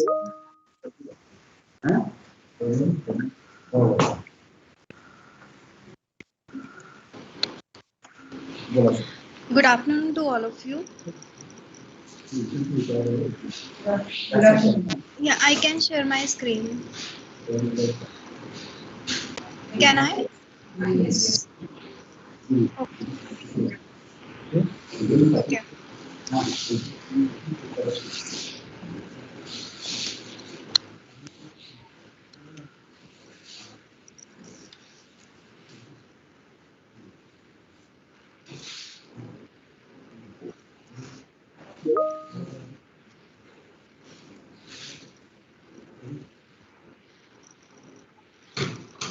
Is my screen visible? Okay. So, I am Dr. Shweta Mongia from University of Petroleum and Energy Studies. The topic of my paper is Imed, a hybrid recommendation system. I am associate professor over there. So this is one paper that we were working on. These are the contents that I will be going through: abstract, introduction, literature survey, and then the problem statement, methodology that we have used, implementation. After that, results and discussion, conclusion and references. The abstract is basically there are many recommendation systems that everyone is using in their daily life, being unknown to the fact that they are actually recommendation system. Those recommenders are either content-based or collaborative filtering. The objective of this research paper is to compare the content-based and the collaborative filtering recommendation system, and also in this study a prototype Imed, a hybrid recommendation system, has been proposed, which is a combination of both content-based as well as the collaborative filtering. So recommendation system, we all know, it keeps feeding on users data to develop a trend for users preference, interest and usage behavior. Most recommender systems take either of the two basic approaches, collaborative filtering or the content based. Content based filtering system select the right information for users by comparing representations of searching information to representation of content of user profiles which express interest of users, whereas collaborative filtering is the technique of using peer opinions to predict the interest of others. So here a literature survey, I went through many research papers on collaborative, content-based and hybrid recommender system. So here the definition is to make a recommender system based on content and collaborative filtering approach, both approaches that captures correlation between user preferences and item features. The second objective is to provide the recommendations in our recommender system on the basis of explicitly provided ratings, buying behavior and the last purchase history. So this is the methodology I started. The system starts with username input, and then a file for that username is created. After that, it will the product database will be there. User select from the product database, and on the basis of choice is saved for future references. A row matrix is created for this transaction. User provide choices are shown, that is the content based filtering, and similar item recommended to the user, which is based on the collaborative based filtering. So this is all about the hybrid system, recommender system. These are the steps that I used for the implementation of the product basically, and the results and discussion here. This is if you can see, the first one is, it is the workflow of the process that I shown over here, and the last one is the output of the workflow. So the recommendation is the user purchased actually phone. So the recommendation comes like headphones. Recommendation means he can also purchase headphone, earphone, mobile chargers, or the memory card. The input that I took was the user is purchasing phone, and the recommendation that he got was headphone, earphone, mobile chargers, and memory card. And for this, I used two similarity phenomena. One is Jacquard and the other is cosine similarity. So in Jacquard, I came to know that it takes more time as compared to the cosine similarity. So the conclusion is, recommendation systems have become integral part of our daily life. So regular research and update are necessary. Recommender system open new opportunities of retrieving personalized information on the internet. It also helps to alleviate the problems of information overload, which is a very common phenomena with information retrieval system, and enables users to have access to products and services which are not readily available to the users. So in our study, a small case study to show the importance of recommendation system, and we also shown how it is recommending. So this is all about, and here the references that I have used for doing this paper are this. Thank you so much, and if you have any questions. Thank you very much, Shweta ma'am, and thanks for taking to the time. I would request all the presenters to do not give the content, the abstract, start straight away with the introduction. So next we have Naveen presenting, and I request him to take over. You are already the presenter, Naveen. Shweta ma'am, I request you to stop presenting, please.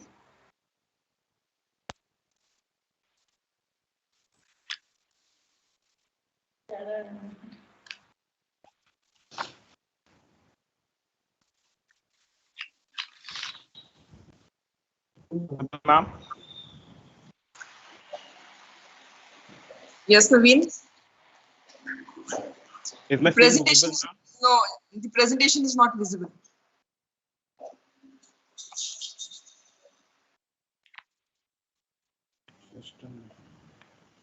Next will be Seema Patil. Request you to please be ready.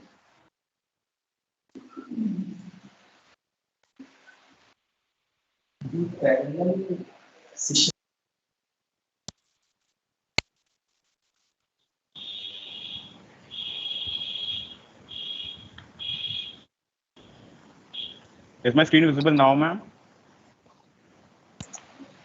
No. Yeah. Okay, Naveen, let's do one thing. We'll have Ms. Seema Patil's presentation first, and after that, we'll take your presentation. Fine? Sure. Okay, sure, it's visible now. Naveen, you can continue. It was visible. Just a minute. Yeah. Is it visible now? It is visible. Yes, it is visible. Yes, yes. Okay. Okay, so I'll. And after this, Naveen, continue. Yeah, ma'am. Let's start it.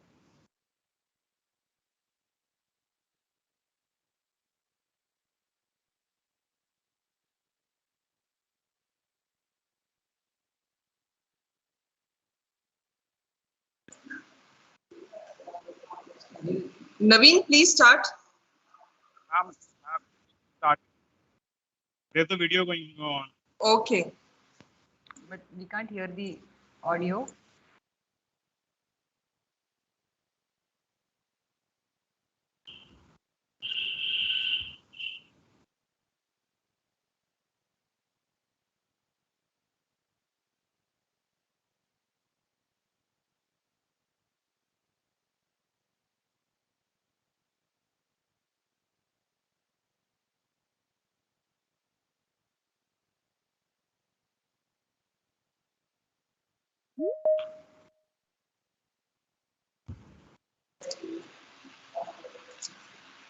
Naveen, please go ahead with the presentation. Just a minute, ma'am. Yeah. Just a minute. There was a network lag. That's the reason I put off my camera. So, brands like Loop, Spice Network, MTNL, ASL, Uninot, Tata Docomo, Videocon, MTS. What went wrong? So for that, good afternoon, ladies and gentlemen. I am Naveen Bhushan Singh from MBA first year from Institute of Management and Entrepreneurship Development, Pune, in front of you all to present my little contribution to the depth of education we have. The topic is factors behind brand switching in the telecom industry. Before I start with my content for the day, I would like to sincerely thank Dr. Shraddha Vanekar for working with me and helping me throughout the project, despite from her busy schedule. Dr. Shraddha Vanekar is a professor at Institute of Management and Entrepreneurship Development, Pune. Currently, India is the world's second telecom market with a subscriber of 1.16 billion and have registered the strong growth in the last decade. India ever supposed the US to become the second largest market in the member of app download. As for the growth in the industry, they brings the competitive product, which gives the brand the situation of switching. The customer may switch to the other provider, providing more customization products at the lower price with a better service. Research objective. The primary objective is to examine the factor that influence the brand in switching in the telecom industry.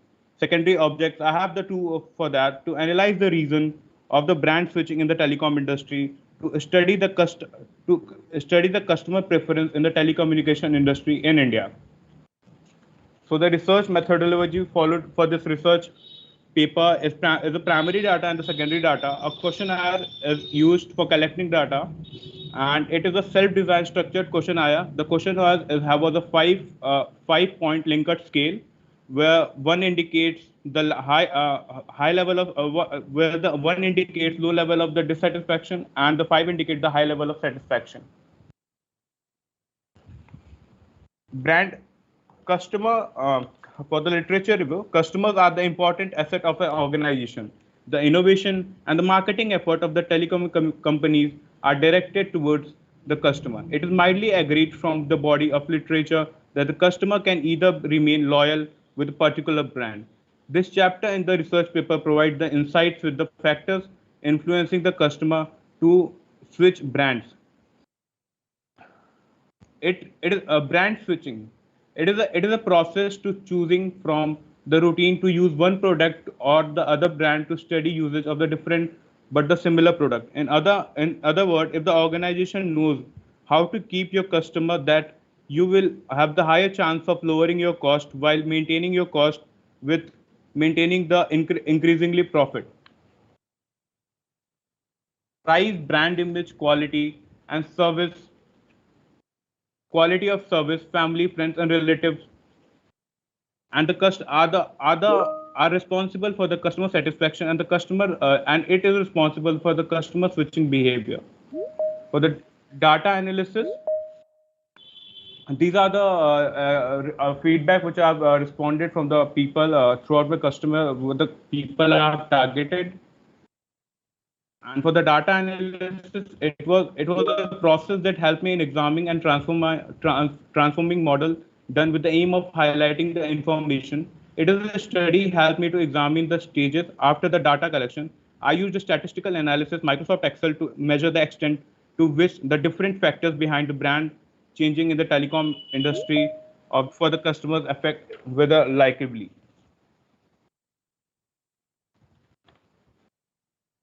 Finally, coming up with the factors. Firstly, the quality. Your product must come to live up their expectation in every way. It not only has to continue to deliver on its brand promise and remain relevant, the service which the customer pay and the quality of the service which they get in return a lot after the customer. There's like 34.6% of the new with the people in the neutral zone and 15.62 are not satisfied. So there's the opportunity of the brands to come and target them. Secondly, the price. Customer consider price as a factor, not the most as an important factor also. The survey had the questions about how people are satisfied with the price they are paying. It's like 34.62 are not even clear about the derivative of like it is an important idea or a way to figure this thing out, and 18% are satisfied with the price they were offering. Please wind up in the next seconds. Okay, sorry to interrupt you. Sure, ma'am. Yeah. Sure, ma'am. Brand fatigue. It is a situation in which the customer is tried of your brand to make switch. In the most of the cases, the reason of the brand fatigue is overexposure. This is the part of which the innovation can be downfall. In the marketing literature, customer satisfaction have been an indicator in evaluating the relationship between the customer and the service provider. According to the CAI, the 5 emotions perceived by the customer satisfaction is content, relevance, novelty, and surprises. So coming, these are the conclusions I have, which mainly have the study found out that most of the customers prefer good network quality because of the availability of the advanced technology equipped by the mobile phone with the advanced feature. Though it looked like the youngster are the most volatile user, but the study revealed that the age doesn't play the significant role in brand switching. Even gender is an insignificant for this thing. Most significant and loyalty on the customer are satisfaction with the current service provider and the network quality of the price. Recommendation. For being the student of management, once we across the problem we have, we need to have a sort of a thing that we can come up with the idea of like how can we can cure this sort of a thing. So firstly, I have like keep your brand message clear and consistent. Formal and even nostalgic are very powerful actions. When last about the customer relationship, we should remember that the customer wants to stick with the current brand. Make the customers feel safe. This might feel a stretch, but certain level of the security to the customer by consisting, benefiting and getting in touch with them can build this trust. Creating wow moment, going above and beyond to create the wow moment for your customer builds the brand loyalty in the long run. Please wind up. Try to wind up. Please. It was the last. Yes. Yes. Yeah. Yes. Yeah. Thank you. Thank you very much. Again, a gentle request to all the participants, please. Focus only on the objectives, the research methodology, the findings and the suggestions. Thank you so much, Naveen. Next, we have Seema Patil, madam. And I request the participants to please keep checking the chat box. The instructions are typed over there. Yes, ma'am. Can I share my PPT? Yes, yes, please, ma'am. Go ahead.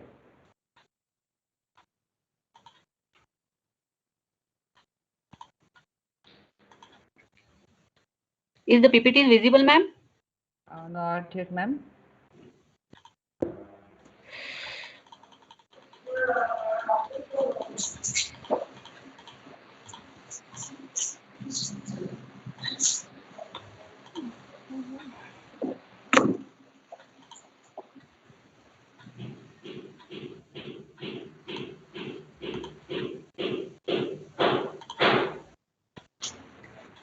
Is it visible, ma'am?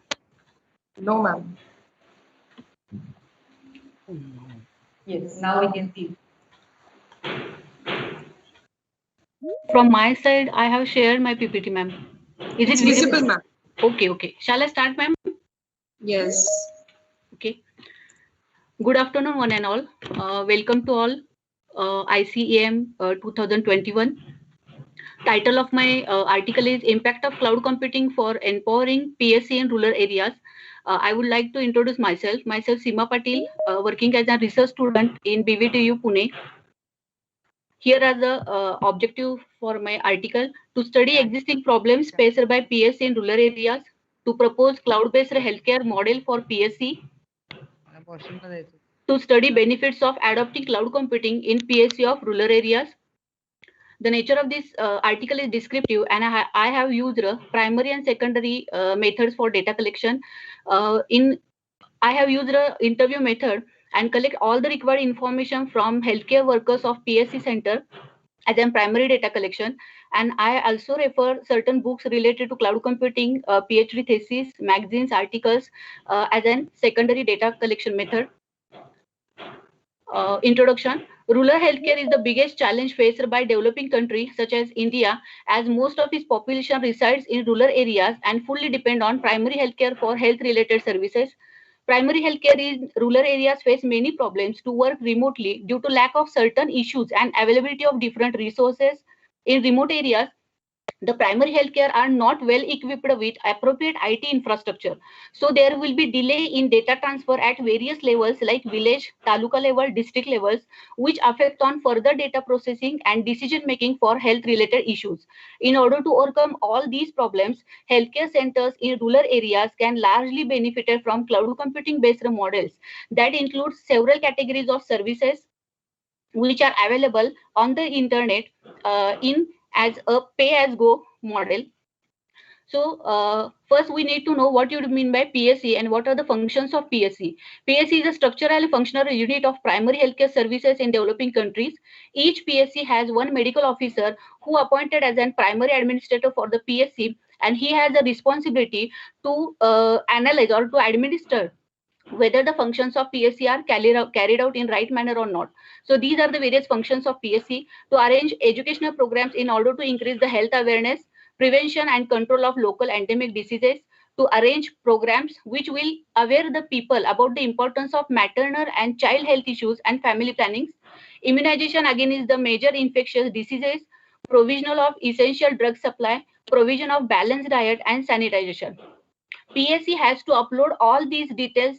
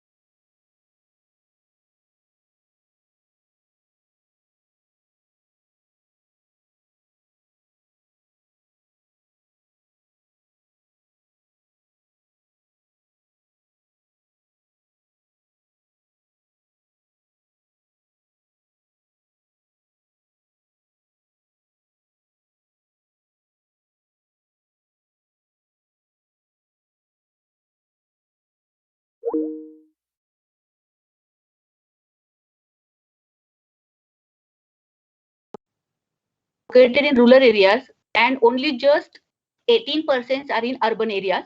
So here there are the three main units who communicate with each other. PSC, which works in villages, fill the data about various programs and patient details from the villages and send that data to the highest level, that is the THO, which is at taluka level. At taluka level, THO collect all the data from various PSC, compile that data and analyze data and send report about all these to the again highest level, that is the district level. DHO at the district level collect all the data from taluka level and analyze that data statistically and generate a report for further decision processing.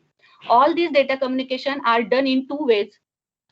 This is our proposed cloud-based healthcare model. Within this cloud-based healthcare model, there are various different users are there who able to communicate with each other through the internet, that is through the cloud. So common people is our first user who able to access all health related information, health related services like vaccination, immunization from available digital devices like smartphone, laptop, etc. Again, PSC and PSC at village level and THO at taluka level are our second user. PSC and THO both are able to access data from the cloud as well as upload data through the cloud. The details about the program like nutrition, immunization, vaccination, family planning, programs conducted for maternal and child health, programs related to patient details, all these details are uploaded by PSC and THO to the cloud. So this is our second user. Our third user is the government at the administrator level, that is the DHO, who able to access the data which is uploaded by THO at taluka level and analyze the data statistically for generating the reports. Again, hospitals in urban areas are our fourth user, who log in to our cloud and access the patient data for consultancy, diagnosis and treatment, etc. So these are the certain advantages of adopting the cloud computing in rural areas. First advantage is improve the performance of PSC. According to the government guidelines and policies, PSC able to concentrate only on its routine function efficiently and effectively so as to improve the performance of PSC. Cloud-based application helps to access and upload data digitally, which reduce the paperwork. With the help of cloud computing, 24/7 hours health information and services get access in terms of documents, PDF files, images and videos from any location at any time. Again, cloud computing applications and services provides unlimited capacity, so it stores huge amount of data as compared to hard disk of a particular personal PC. It provides the atomic and instant updates about the healthcare campaigning and new knowledge. And users of this proposed model has to pay only for what they have to be used. So this is the conclusion. Cloud computing plays an important role in improving the present status of PSC in rural areas. Healthcare users in rural areas can be able to access the health information and services remotely. The advantages of cloud computing support PSC to solve some issues like data collection, digitization, data security, accessibility, maintenance, technical cost, and flexibility.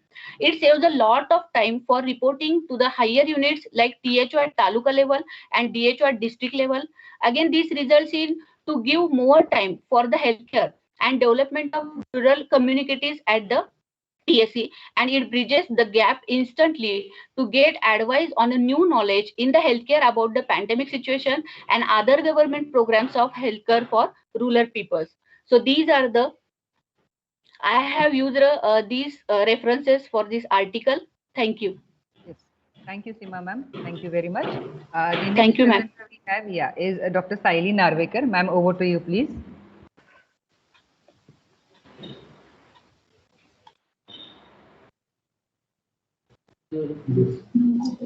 Hello. Hello, ma'am. Yes, ma'am. Am I audible, ma'am? Yes, yes, we can see you and you're audible. Okay. Good afternoon, ma'am. Good afternoon. Professor Achyut Wagle is our chairperson. Yes, please continue.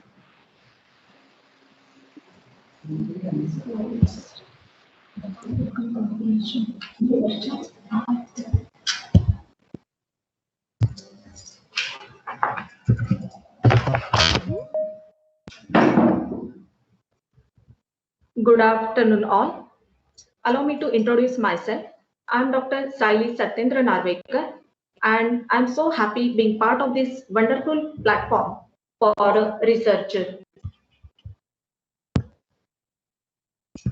Research paper title is Study of Executive Stress in Selected Industries. Saili ma'am, your presentation is not Yes, ma'am. I don't see slides. I don't see the slides. Yeah, the slides we cannot see, ma'am. Is it? No. Is it okay now, ma'am? No, ma'am.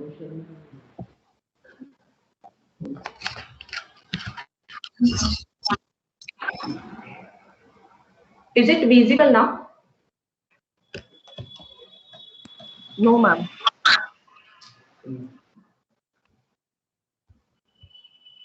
How?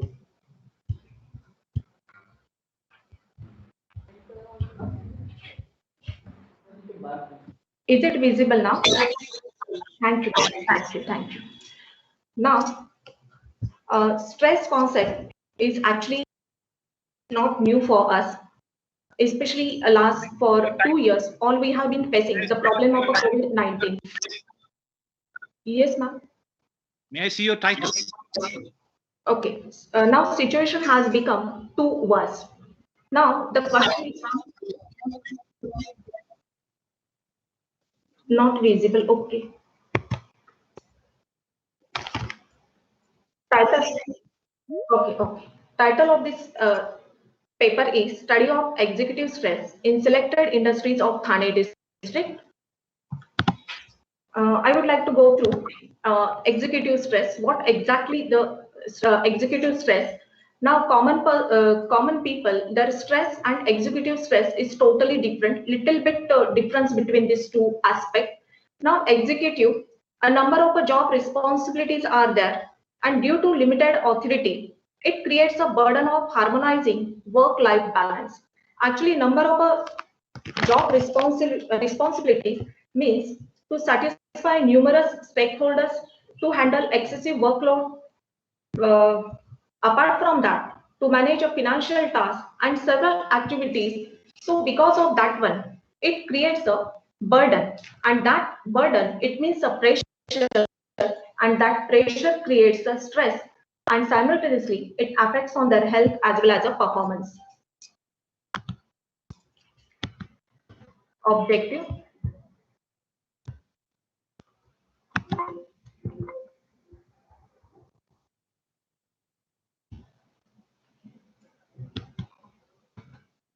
To study the level of stress among the executive. Second, to identify the causes of stress with reference to selected industries. Now, hypothesis is there is no significant difference in stress among the senior and junior executives of manufacturing and service sector. Now, research methodology, Thane district, especially Thane land industrial belt area, descriptive research design has been adopted.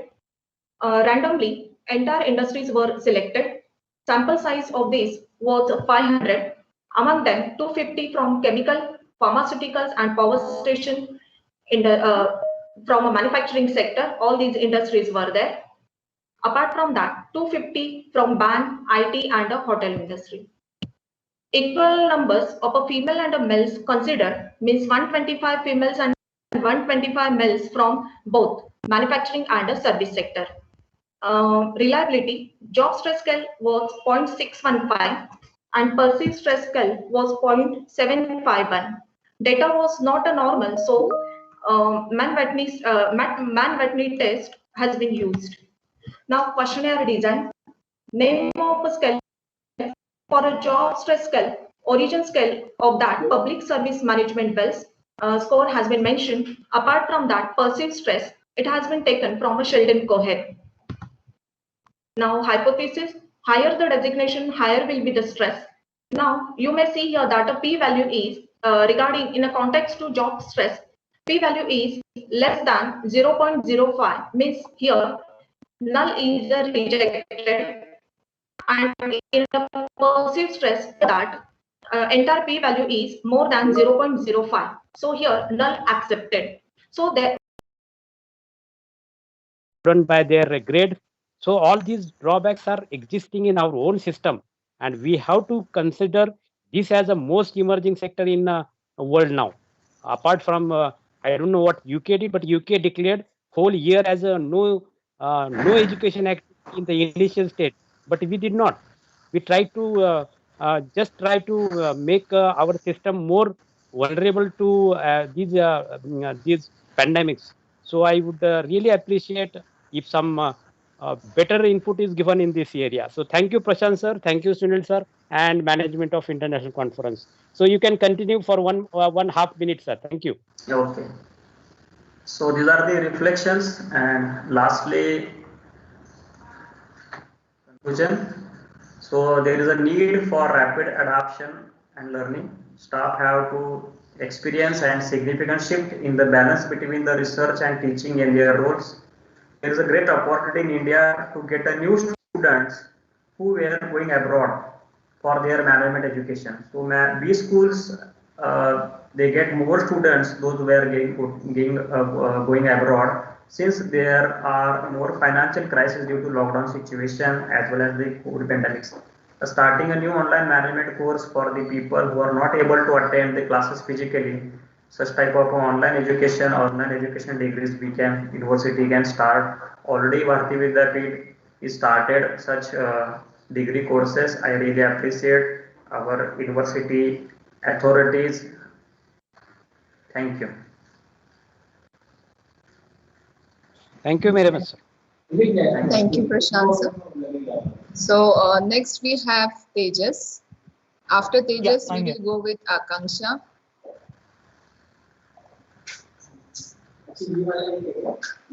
So Akanksha. It also highlights the level of stress on the basis of a designation of the respondents in the selected industry. Although number of studies have already been conducted on stress, but this study provides significant contribution to the management of a manufacturing as well as the service sector, especially in a Thane district. Now last suggestions. While assessing the stress in the work environment,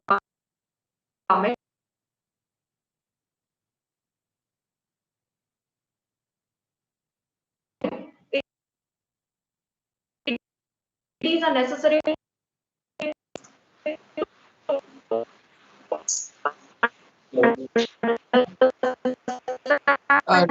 Dr. Saili, Dr. Saili, your voice is breaking. Health dynamic because it between. May I continue now? Yeah. Hello, ma'am. Yes, you can.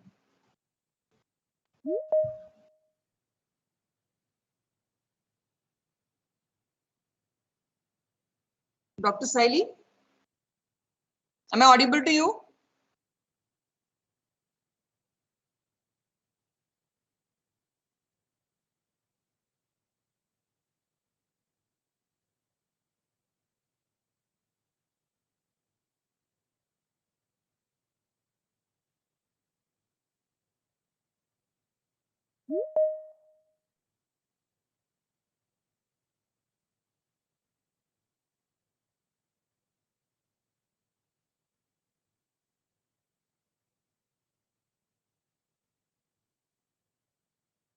I think we can go to next one as he has probably reached towards end.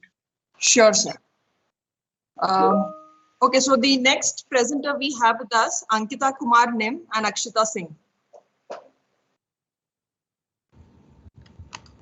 Good afternoon, ma'am. Good afternoon, ma'am. Good afternoon, sir. Good afternoon, sir.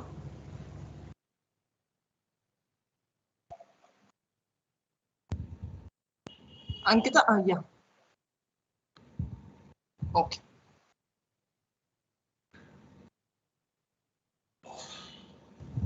Ma'am, is my screen visible?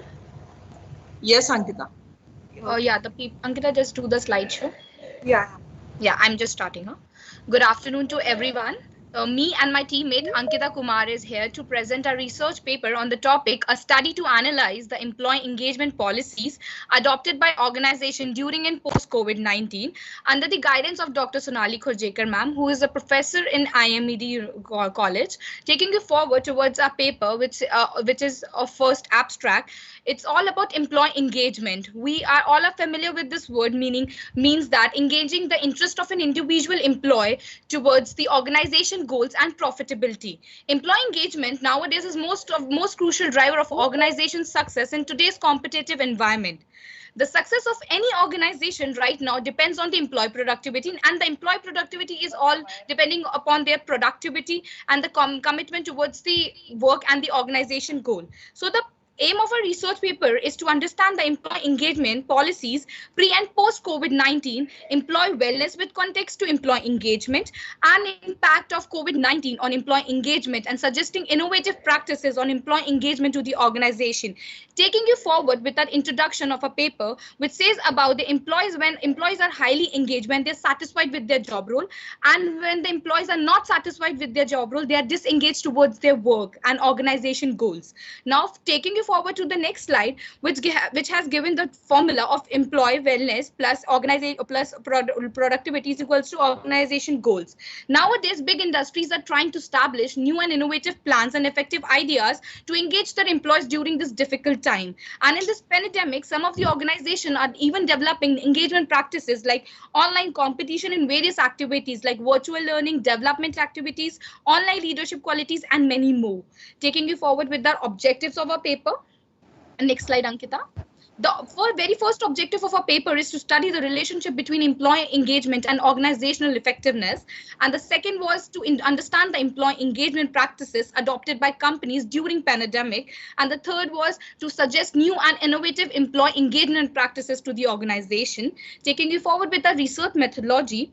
For analyzing the employee engagement in pre and post COVID-19 pandemic situation, we have used both primary and secondary data. Types of data collection method here, we have used the qualitative data collection method. In this type of study, data collections includes surveys, informal interviews, and questionnaire. And sample design was target population, the corporate office employees, the population we considered here in the people of different companies like Infosys, Capgemini, IBM, Amazon, Paytm, Flipkart, etc. And the sampling technique in our study, we use non-profitability sampling techniques. Tools for the data collection was online questionnaire, and the questionnaire was design was close-ended and which was used to collect data from the employees. Over to my teammate Ankita Kumar. Thank you so much, Akshita. Good afternoon to everyone. My name is Ankita. I am taking you forward towards the next topic of data analysis and interpretation. In our data analysis, we use the primary data and we ask some questions like number one, does your organization or company takes any initiative for employee engagement? As you can see on the screen, the blue portion indicates that 82.5% employees said that their company or organization did not take initiative for employee engagement.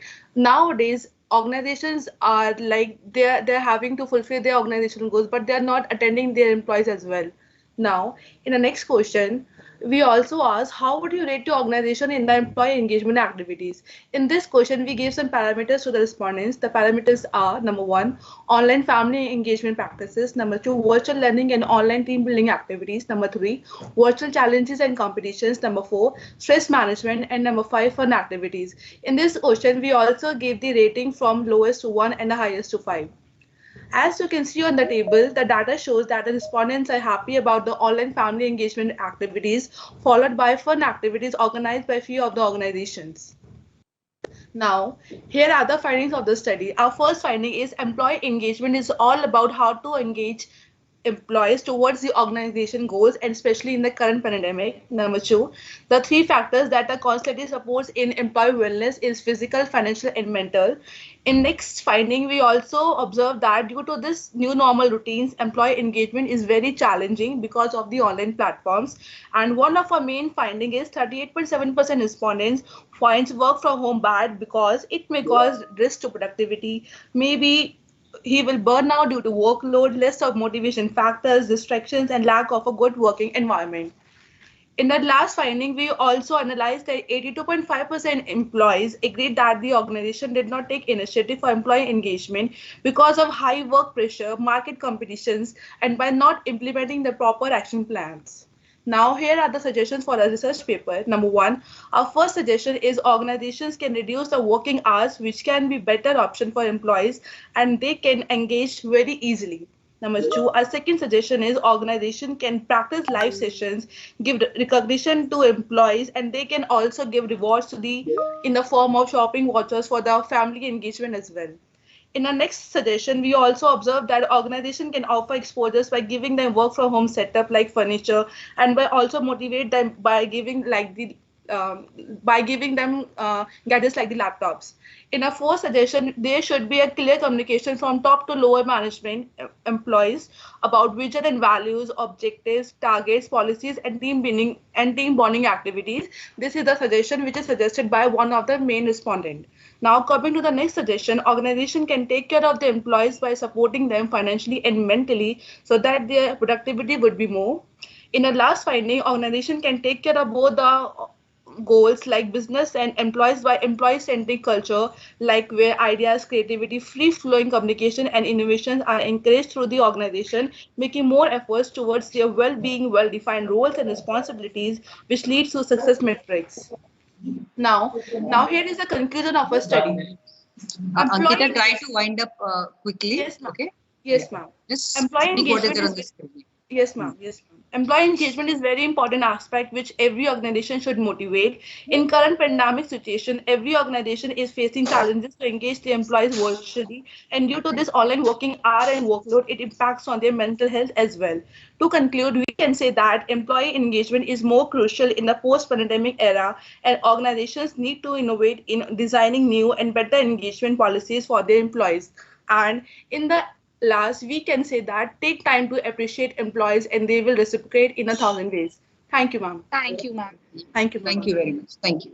I would request the next participant, Madhuri Padare, ma'am, to please take over.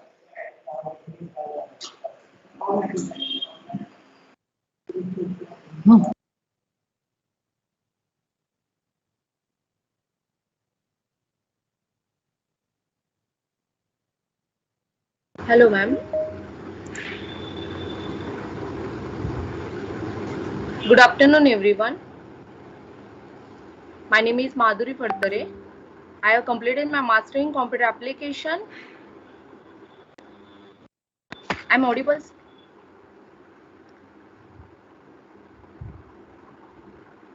Yes, you are. I have few years of teaching experience in secondary school. Today I'm going to present, share my content. Today I'm going to present my paper or research paper. Adoption of cloud computing is beneficial for education.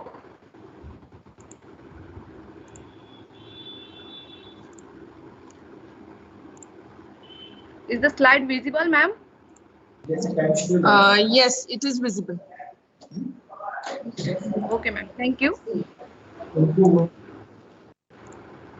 Contents included in this slide, that is background, objective, scope, introduction, observation, proposal, opportunities and hurdles, benefits and conclusion and references.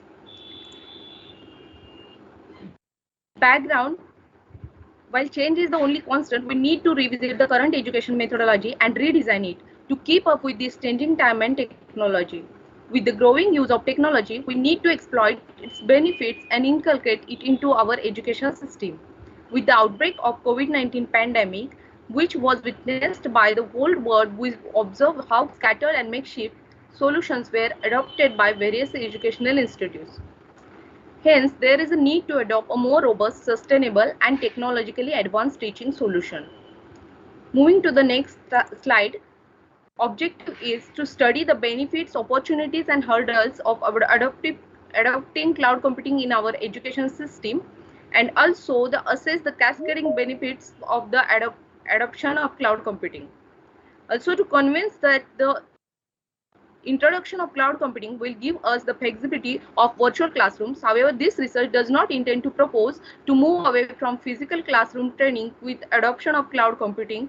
Physical classroom trainings will continue as usual, just with a twist.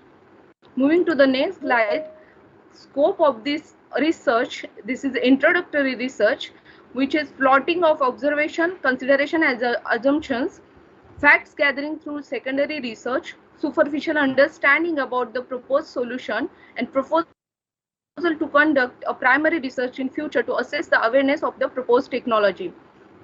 In introduction, while this research aims to revolutionize the educational methodology by adopting the latest technology of cloud computing, there have been other significant introduction and adoption of various technological solutions in past few decades. Even after introductions and adoption of various technological solutions, there has always been a reluctance to change the system. Trust and reliability on the traditional classroom training had never been deferred and never was need education methodology until world was hit by COVID-19 pandemic. Hence, we see an opportunity in adopting cloud computing in education advancement and the new. Moving to the next slide, What is cloud computing? Cloud computing is the on-demand delivery of IT resources over the internet as a pay-as-you-go pricing. Instead of buying, owning, and maintaining physical data centers and servers, you can access technology services such as computing power, storage, and databases on an as-needed basis from a cloud provider. Next, for observation and proposal opportunity and hurdles, including hosting of cloud infrastructure. Cloud computing infrastructure is the collection of hardware and software elements needed to enable cloud computing. It is computing infrastructure is available for private cloud, public cloud, and hybrid cloud system. It is also possible to rent cloud infrastructure components from a cloud provider through cloud infrastructure as a service. Moving to the next part of the presentation, database security on cloud storage. In the current scenario, database is the most valuable asset that an organization or institute holds. Hence, the database can be hacked and exploited for monetization. While we propose an integrated solution of not just teaching but also standard cloud-based ERP for all teaching institutes, this will result in a huge repository of user data.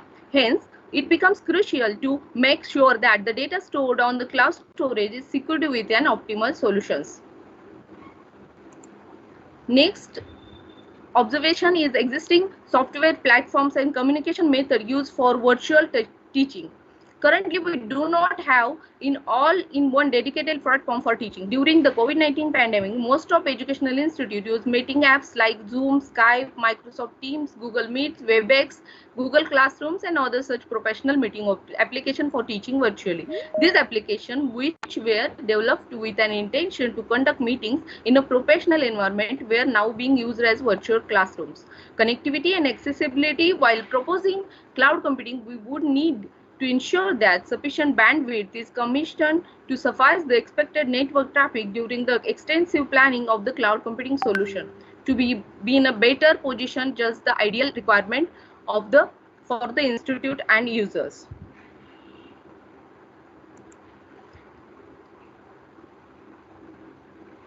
Next, effect on physical health due to excessive uses of mobile devices and tablets in order to access the educational contents hosted on cloud platforms. This may adversely affect on certain habits, postures, and health issues, resulting in consultation with orthopedic specialists.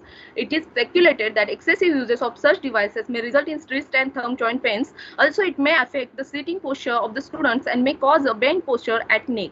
Hence, to promote education through cloud computing and avoid such above-mentioned issues related to excessive use of mobile phone and tablet, we may also need to develop a dedicated tablet devices for educational purposes, which can be used as on-the-go device or as a plug-and-play device with dedicated docking stations at adjustable height, maintaining upright positions.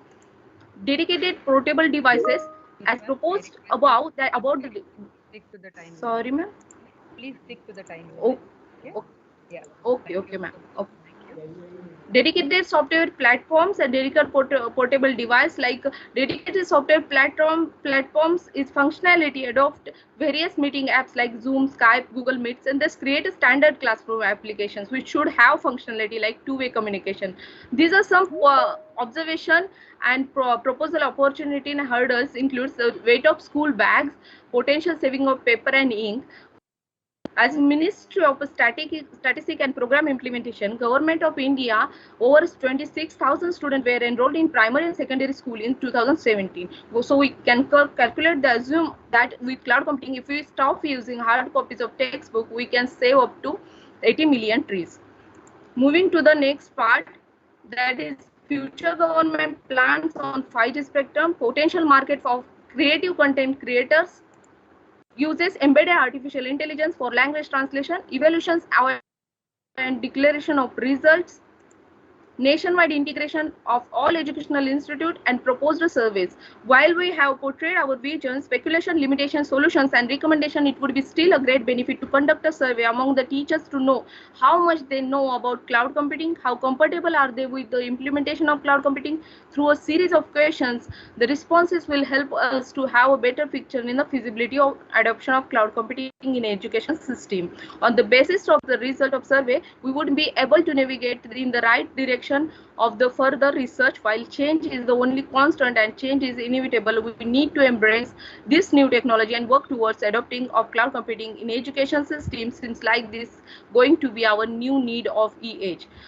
Looking at the benefits, interactive learning, more content to study with wider scope, audio visuals for in-depth understanding, reduced physical weight of school bag, coordinating teaching, better planning and monitoring on performance of student, environmental benefits, collaboration and integration of all educational institute, quotational market for content creators, quicker declaration of results. In the conclusion, in the above illustration about the various possibilities, hurdles, and solution by promoting adoption of cloud computing, I do not intend to completely change trend to classroom training to virtual training. However, we intend to adopt cloud computing in educational existing traditional classroom training to make the learning experience of the users more effective and tangible. Hence, with all the consideration, visions, limitations, potential solutions, and recommendation, I justify that the study and implementation of our adoption of cloud computing in education system is going to be revolution and much beneficial than anticipated. These are certain references that referred for the secondary research. Thank you so much. Thank you for this opportunity. Yeah, ma'am, thank you very much. Sorry, we had to cut short your presentation because of the time limit, but it was a very good presentation. Thank you very much. Next, we have Mr. Vaibhav Deshmukh. Sir, are you ready? And the next presenter is Dipali Gala. I don't see any other presenters. If they are, please raise your hands.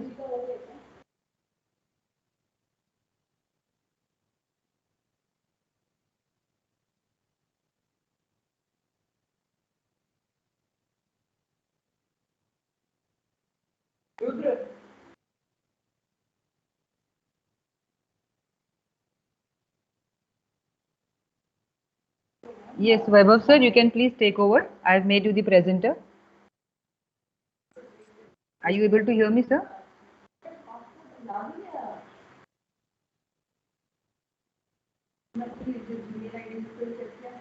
Mr. Vaibhav Deshmukh, are you able to hear me? No, it's okay. Okay, then. Yes, Dr. Jenkins. Good afternoon from India. Yes, we have your session after this. We just have 2 presenters left, sir. Mr. Deshmukh, please allow me to take the next presenter till then, till your technical problem is solved. Can we have Dipali Gala, madam, please?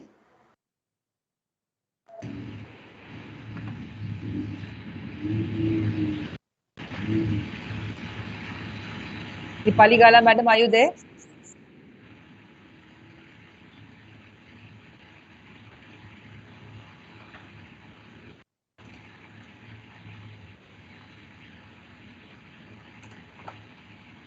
Yes, ma'am, I will.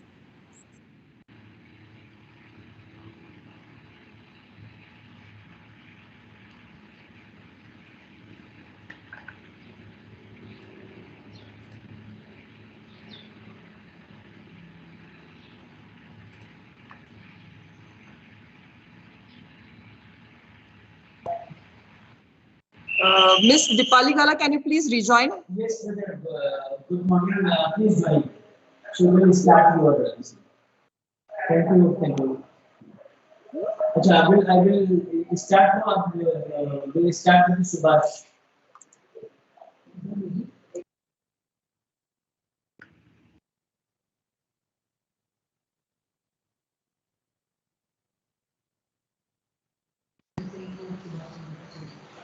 Give me 1 moment to announce this.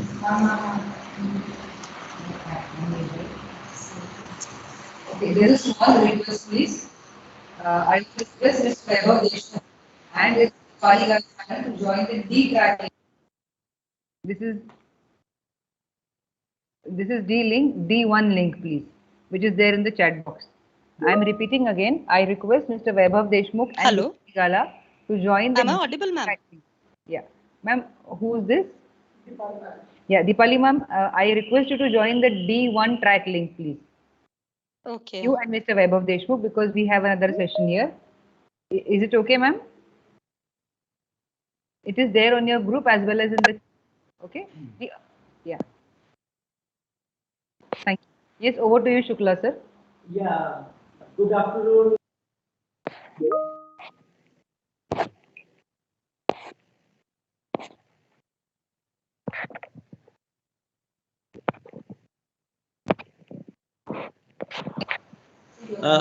Good afternoon, everyone, and once again, I welcome Professor Achyut Wagle sir, and Dr. Richard Jenkins is also there from Malaysia. So I think am I audible, Mr. Richard? Dr. Cheyenne, very much so, sir. Namaste. Yeah. We are also having Dr. Subhash Chandra.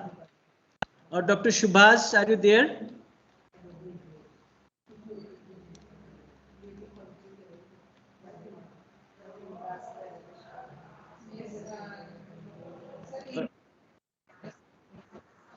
Yeah, Dr. Subhash is waiting in the lobby. So just a moment. I'll introduce you.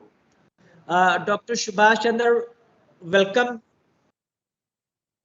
Welcome from India. You are not audible.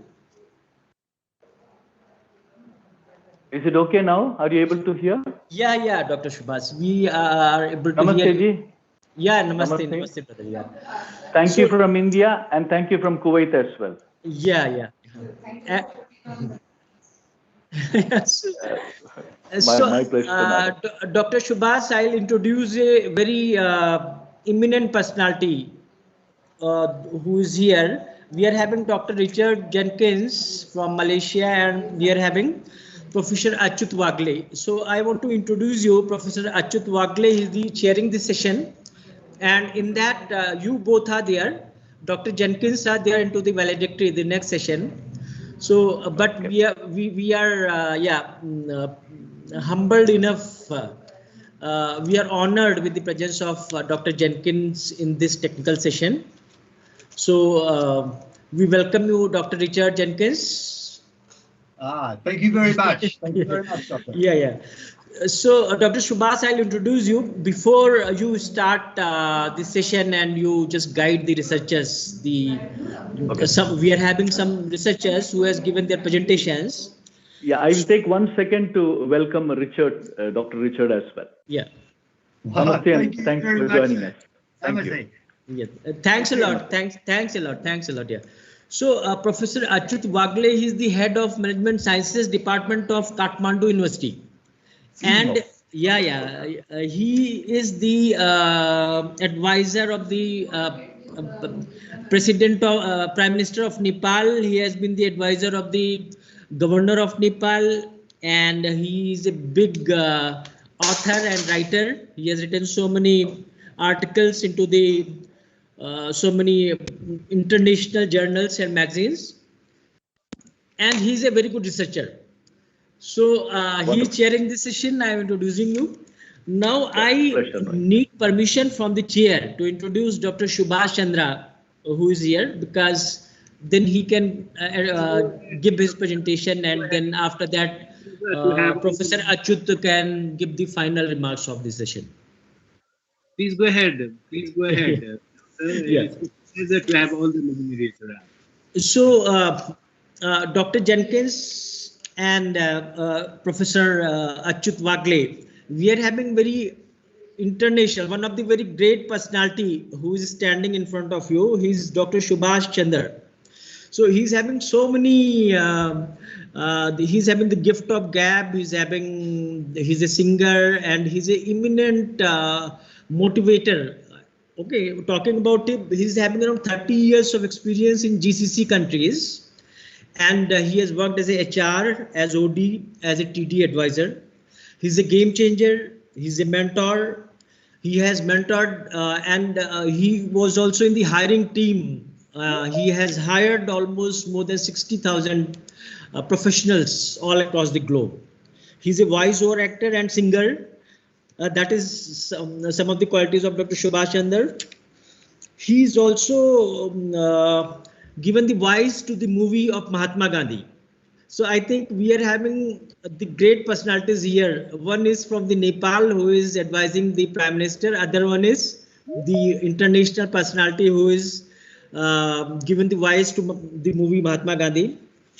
So I welcome you, Dr. Subhash Chandra, over this technical session of International Conference on Emerging Markets. And now it is over to you. Please take the session and guide the audience and the researchers who are present here. Thank you. Once again, thanks to Dr. Richard and for the great personality sitting there from Nepal. Thank you very much, sir. Thank you. I will start my session. I will not take much of the time. I have some adjustments to be done, so excuse me for that.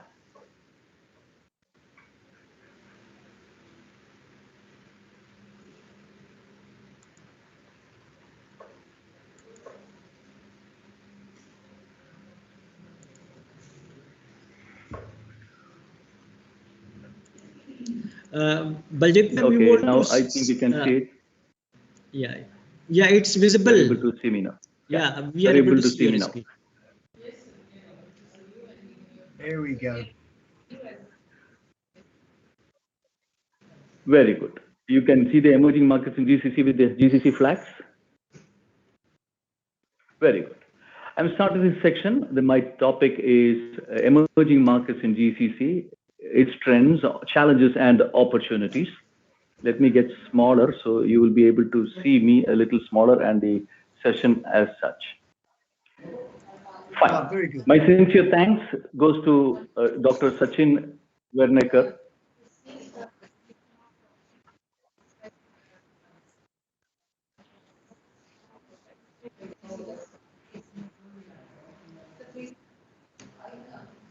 Yeah. Okay. Are you able to see me the presentation? The presentation is okay? Yeah. Yes, sir. Yeah. Yeah. Okay. Thank you. My duty to thanks to Dr. Sachin Werneker, Dean FMS Bvdu, Director Imed. Thanks to my brother and Dr. Sham Shukla, Professor of Management Imed.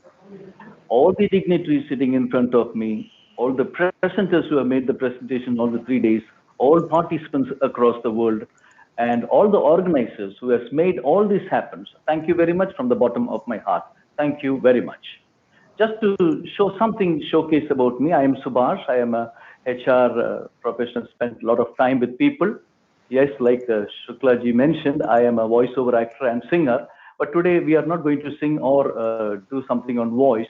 It is my sessions which I have done across the world, transforming lives of people, leadership, managerial, as well as soft skills. This is what I am across the world, working with various people. Let me quickly go through the pictures and let us get into the subject. Now, the topic is GCC. I'm going to talk about GCC, which is Gulf Cooperative Council. There are 6 countries which come into that. One is Saudi Arabia, 2 is Kuwait, 3rd is United Arab Emirates, and I am from Kuwait. I live in Kuwait for the last 18 years. I've spent my life in Oman, UAE, and now in Kuwait. Qatar and Bahrain and Oman. There is no sequence. I've just put the names. That's it. So these are the 6 countries we are going to talk about.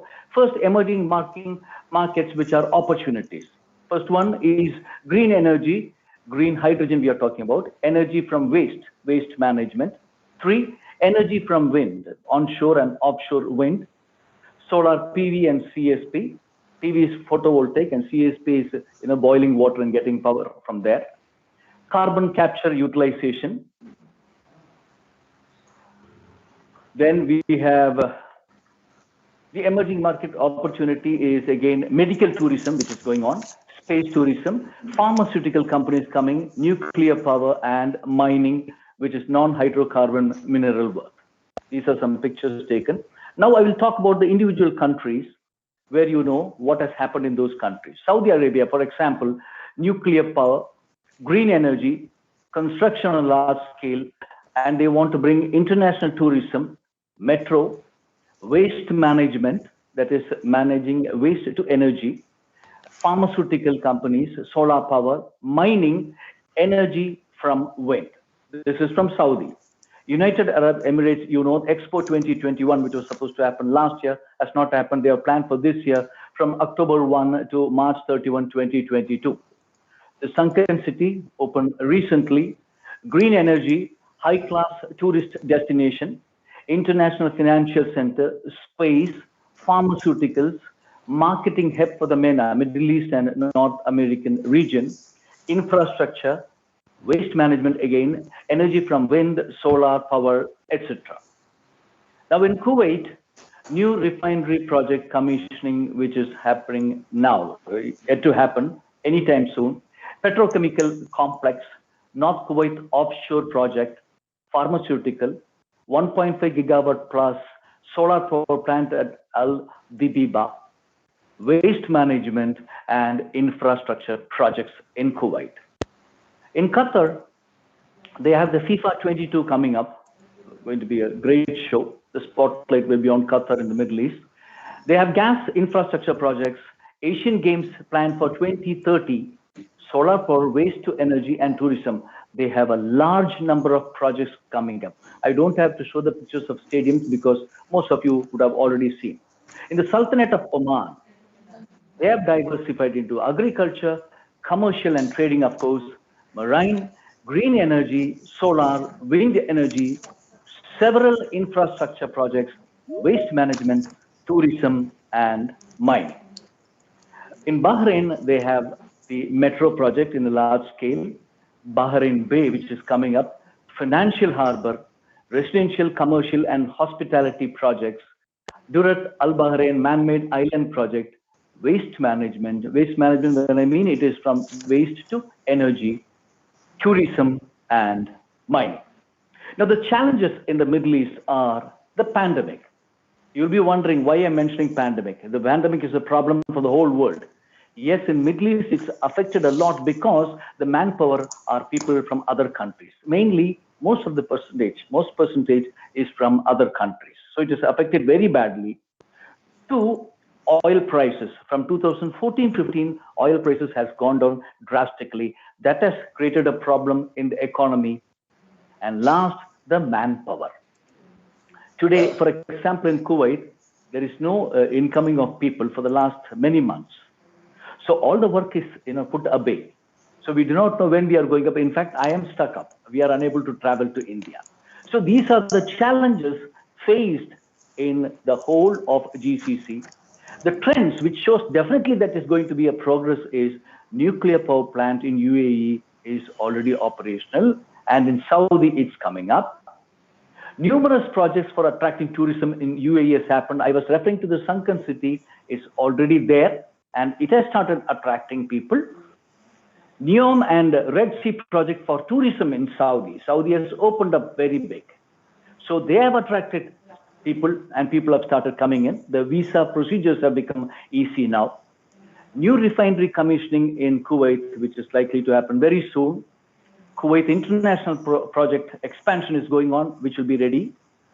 Huge infrastructure projects, metro, solar power in Qatar because of the 2022 football match coming up. Bahrain International Airport modernization is going on. Mega infrastructure projects is going on. These are showing trends that definitely there is going to be a big change.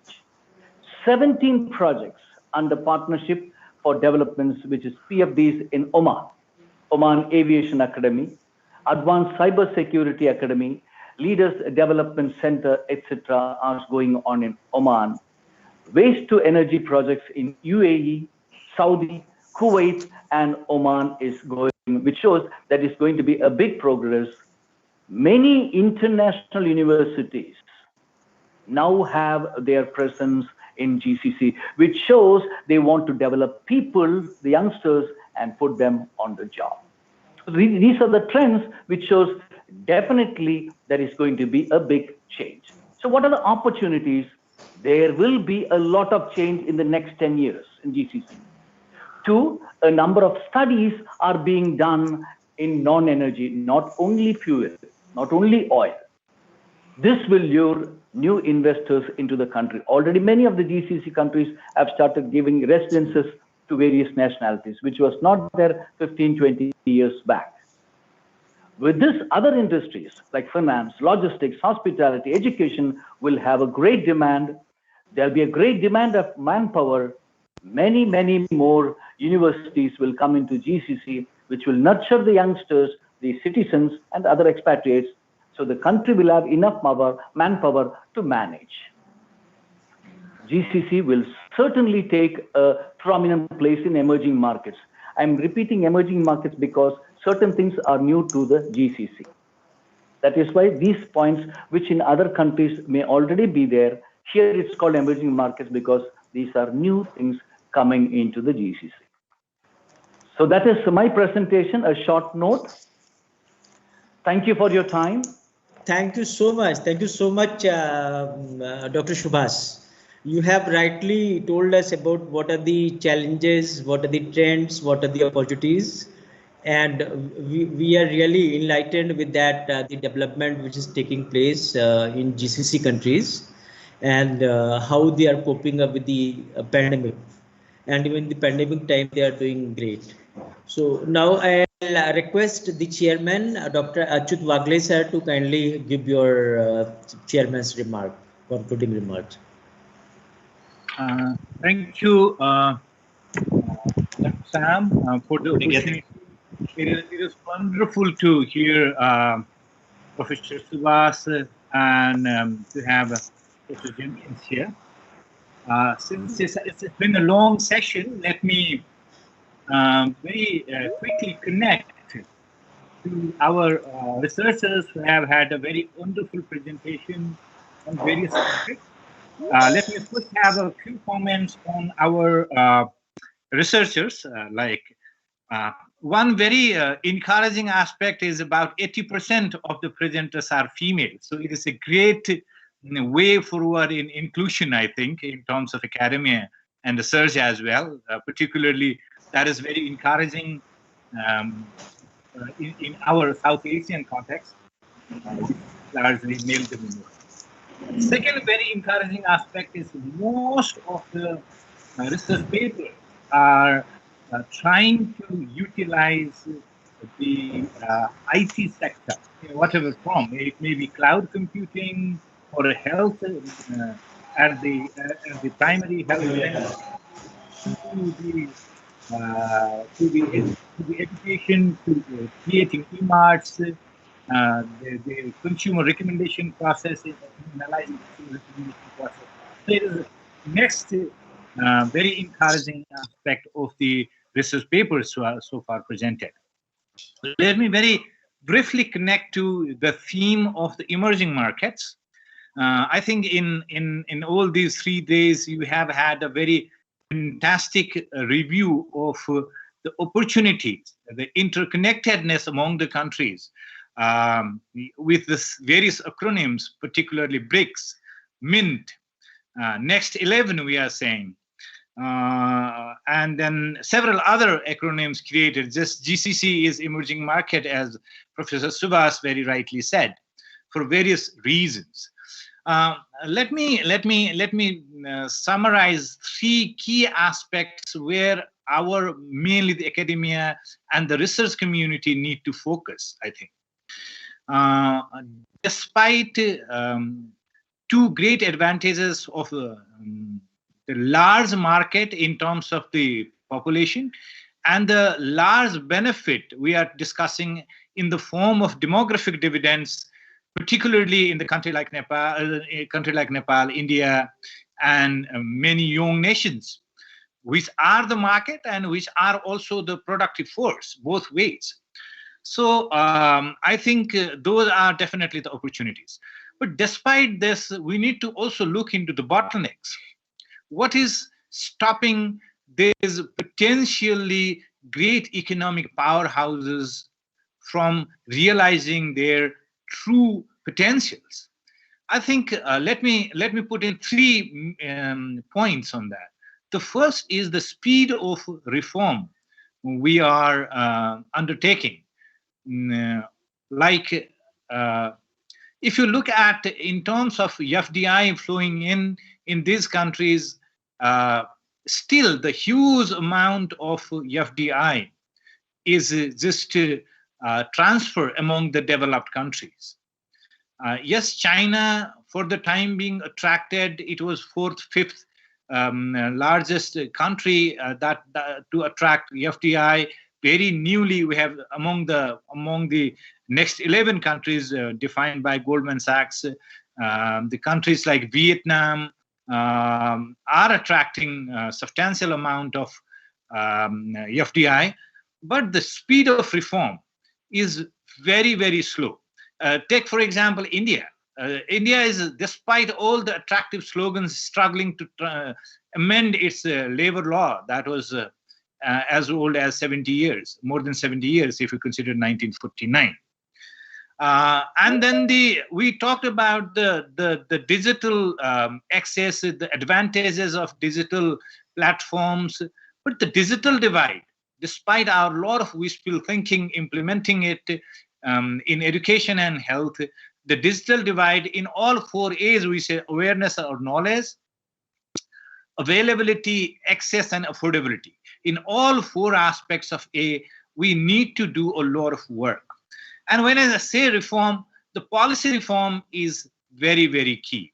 We may have got the very fantastic policies, but how much the political structure, the power structure of the society is supporting it? Where are the areas that the policy has been exploited for a certain group of people, and that is causing a huge cost to the people in general? So the speed of reform, both in policies, in institutions. We have got the institutions. Those institutions need to enhance their effectiveness in a great way. And we need to have new institutions. The policy reform, institutional reform on these sides, and the operational reforms. Are we reaching to the public in terms of designing our products, designing our services, and delivery of those products is very key. Some countries like India are still very attractive. If you compare with, which you may not like, compare with China, the labor cost is still 1/6 or 1/5 of China. So that is, and still 60% of the population is under the age of 40. So it still has got a huge potential to become a major manufacturing hub. But if you look at the statistics, trade statistics, the reduction of 7 billion of trade deficit this year between India and China, I mean the trade deficit reduction, trade deficit of India from the import of China seems to be encouraging. But that is not enough. The gap between the export and import is very huge among many countries. I'm not only comparing with India and China, Brazil, Indonesia. Yes, it is coming in a huge way, but those sort of reforms are required. The first, I said, is the reform.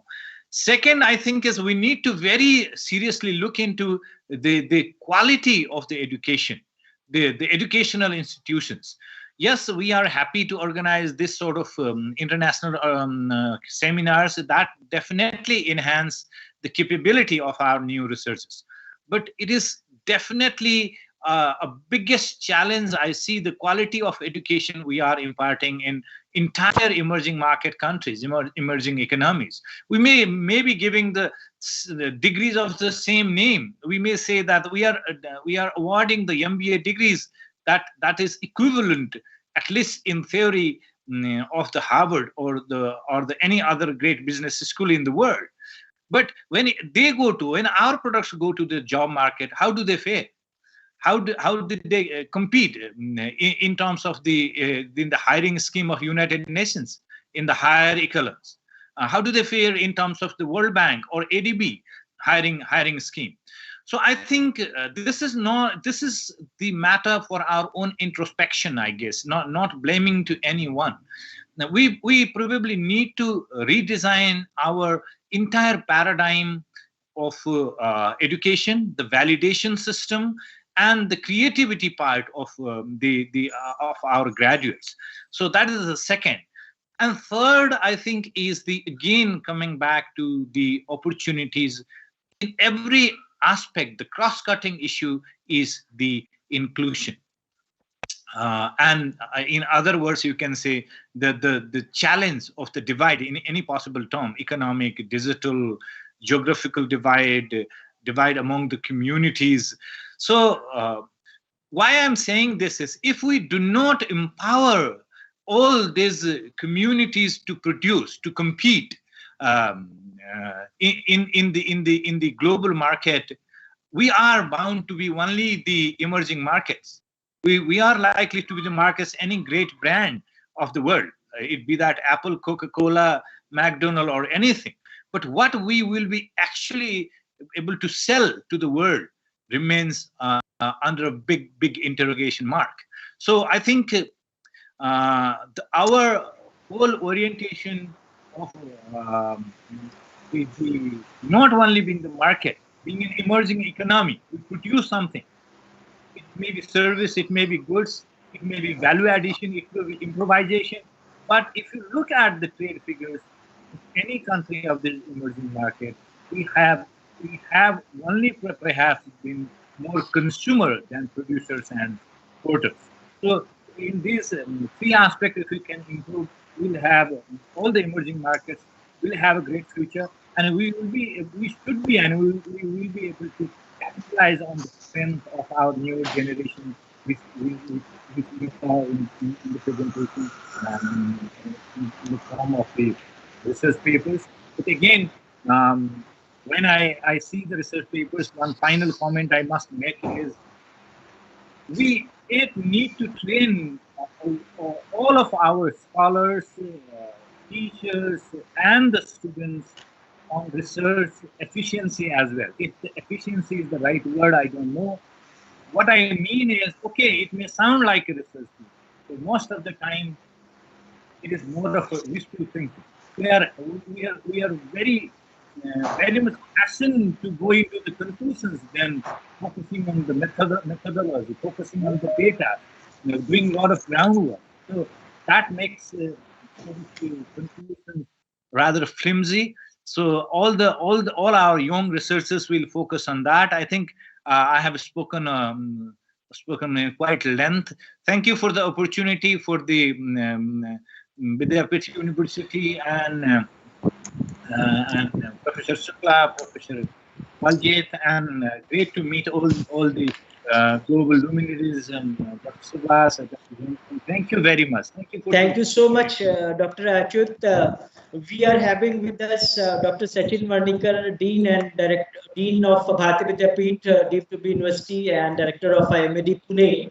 I will request Sir is here, give his final comments on this session. Sir, it was really great listening to you. Wagle sir, in fact, in the beginning itself, I welcomed you. I was listening to all the papers and yourself, your comments particularly. And you very rightly said we need to guide the research scholars and the students and the faculty as regards their research approach and research attitude. I fully agree with you, and I'm very much thankful to you. Subhash Chandra ji, it's been great. Last 3 days you've been with us. You made our cultural program a great success with your songs, and today with the excellent speech as well. At the same time, I can see Professor Dr. Richard Jenkins, sir. Sir, you've been with us from day one. Namaste from India to you. Sir, unmute yourself.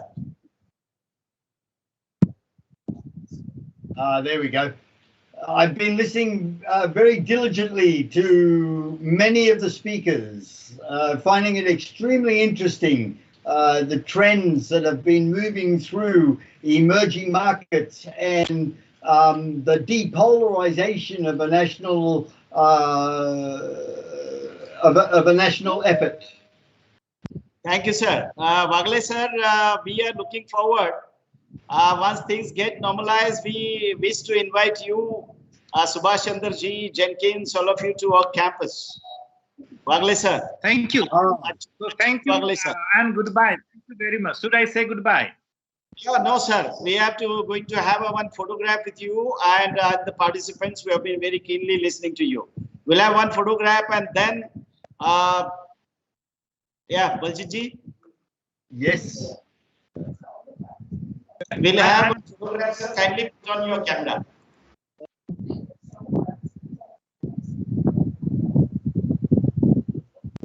Vagle sir, you're in Kathmandu or? I'm in Kathmandu, yes. Okay. Pashupatinath. Yeah. I'm 2 kilometers away from Pashupatinath temple. Pardon, sir? I'm only 2 kilometers away from Pashupatinath temple. Oh, great. So close. Varnekarji, I want to add one more line to Vagleshji's sentence. Can I add? Yeah. Yes, sir. Why not? I just want to say all the researchers like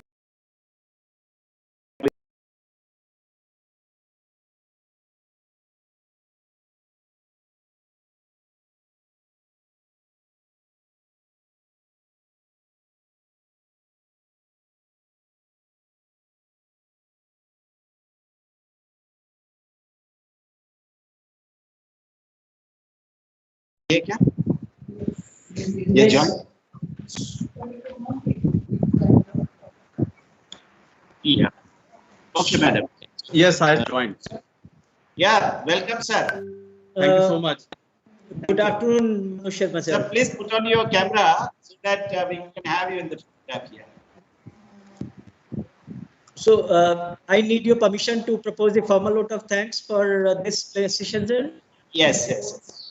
So on behalf of Bharatiya Vidyapeeth deemed to be University and Indian Institute of Entrepreneurship Development, Pune, I'm grateful to Dr. Achyut Vagle and Dr. Subhash Chandraji for being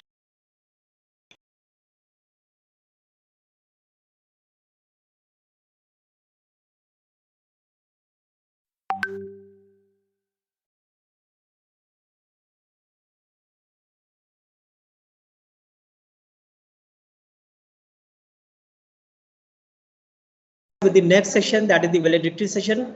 I now hand it over to Dr. Bharti Jadhav ma'am to please take over and welcome the guest. Next. Dr. Bharti Jadhav ma'am. Hello, everyone. So now we have come to the valedictory session. So let me welcome you for this session. So for this session today, we have Dr. Richard Jenkins and Mr. Manoj Sharma. I would like to introduce Dr. Richard Jenkins first. So Dr. Richard Jenkins, born the son of Welsh diplomat in Australia, traveled the world extensively understanding cultural diversity and gender inclusion, started his career with Coca-Cola, eventually moving up the ranks quickly to HR and an HR director in Tempe, Australia. Directorship successfully built and eventually selling the company. Dr. Richard eventually opened HRD for My Resources to start his new career in training and development in human resources and negotiation in business practices and principles. HRD for My Resources eventually expanded into many areas of management and certification under ISO 9001 and 17024, and the creation of HR certification company. Dr. Richard Jenkins has developed many HR departments across Southeast Asia, Australia, the Middle East, and African nations. We welcome you, sir, and we would like to hear from you on this occasion of valedictory session of International Conference ICAM 2021. Over to you, sir. Excellent. Thank you very much, guys, for inviting me to the conference once again. I have been diligently listening to many of the researchers, many of the speakers that have been sharing their great knowledge with us over the last 3 days. I'm starting to form an opinion that there is a national polarization happening within the Indian borders. Now, if you understand exactly what that means, it should be causing great distress within the people of India. Now, to have a polarization happening means a great divide happening between the people who hold the knowledge, the people that can use the knowledge, and of course the people that are trying to seek to understand the knowledge. So you can understand there's quite a problem happening there. And many of the educational institutions are vying for a international position with their viability on the educational market area, when what in actual fact they should be doing is focusing on their ability to share their knowledge and, of course, teach the youth of tomorrow. Now, my personal opinion is that an MBA that comes from one of the Indian universities, which so far have proven themselves to be among the elite educational services around the world. So I don't know what you guys are worrying about.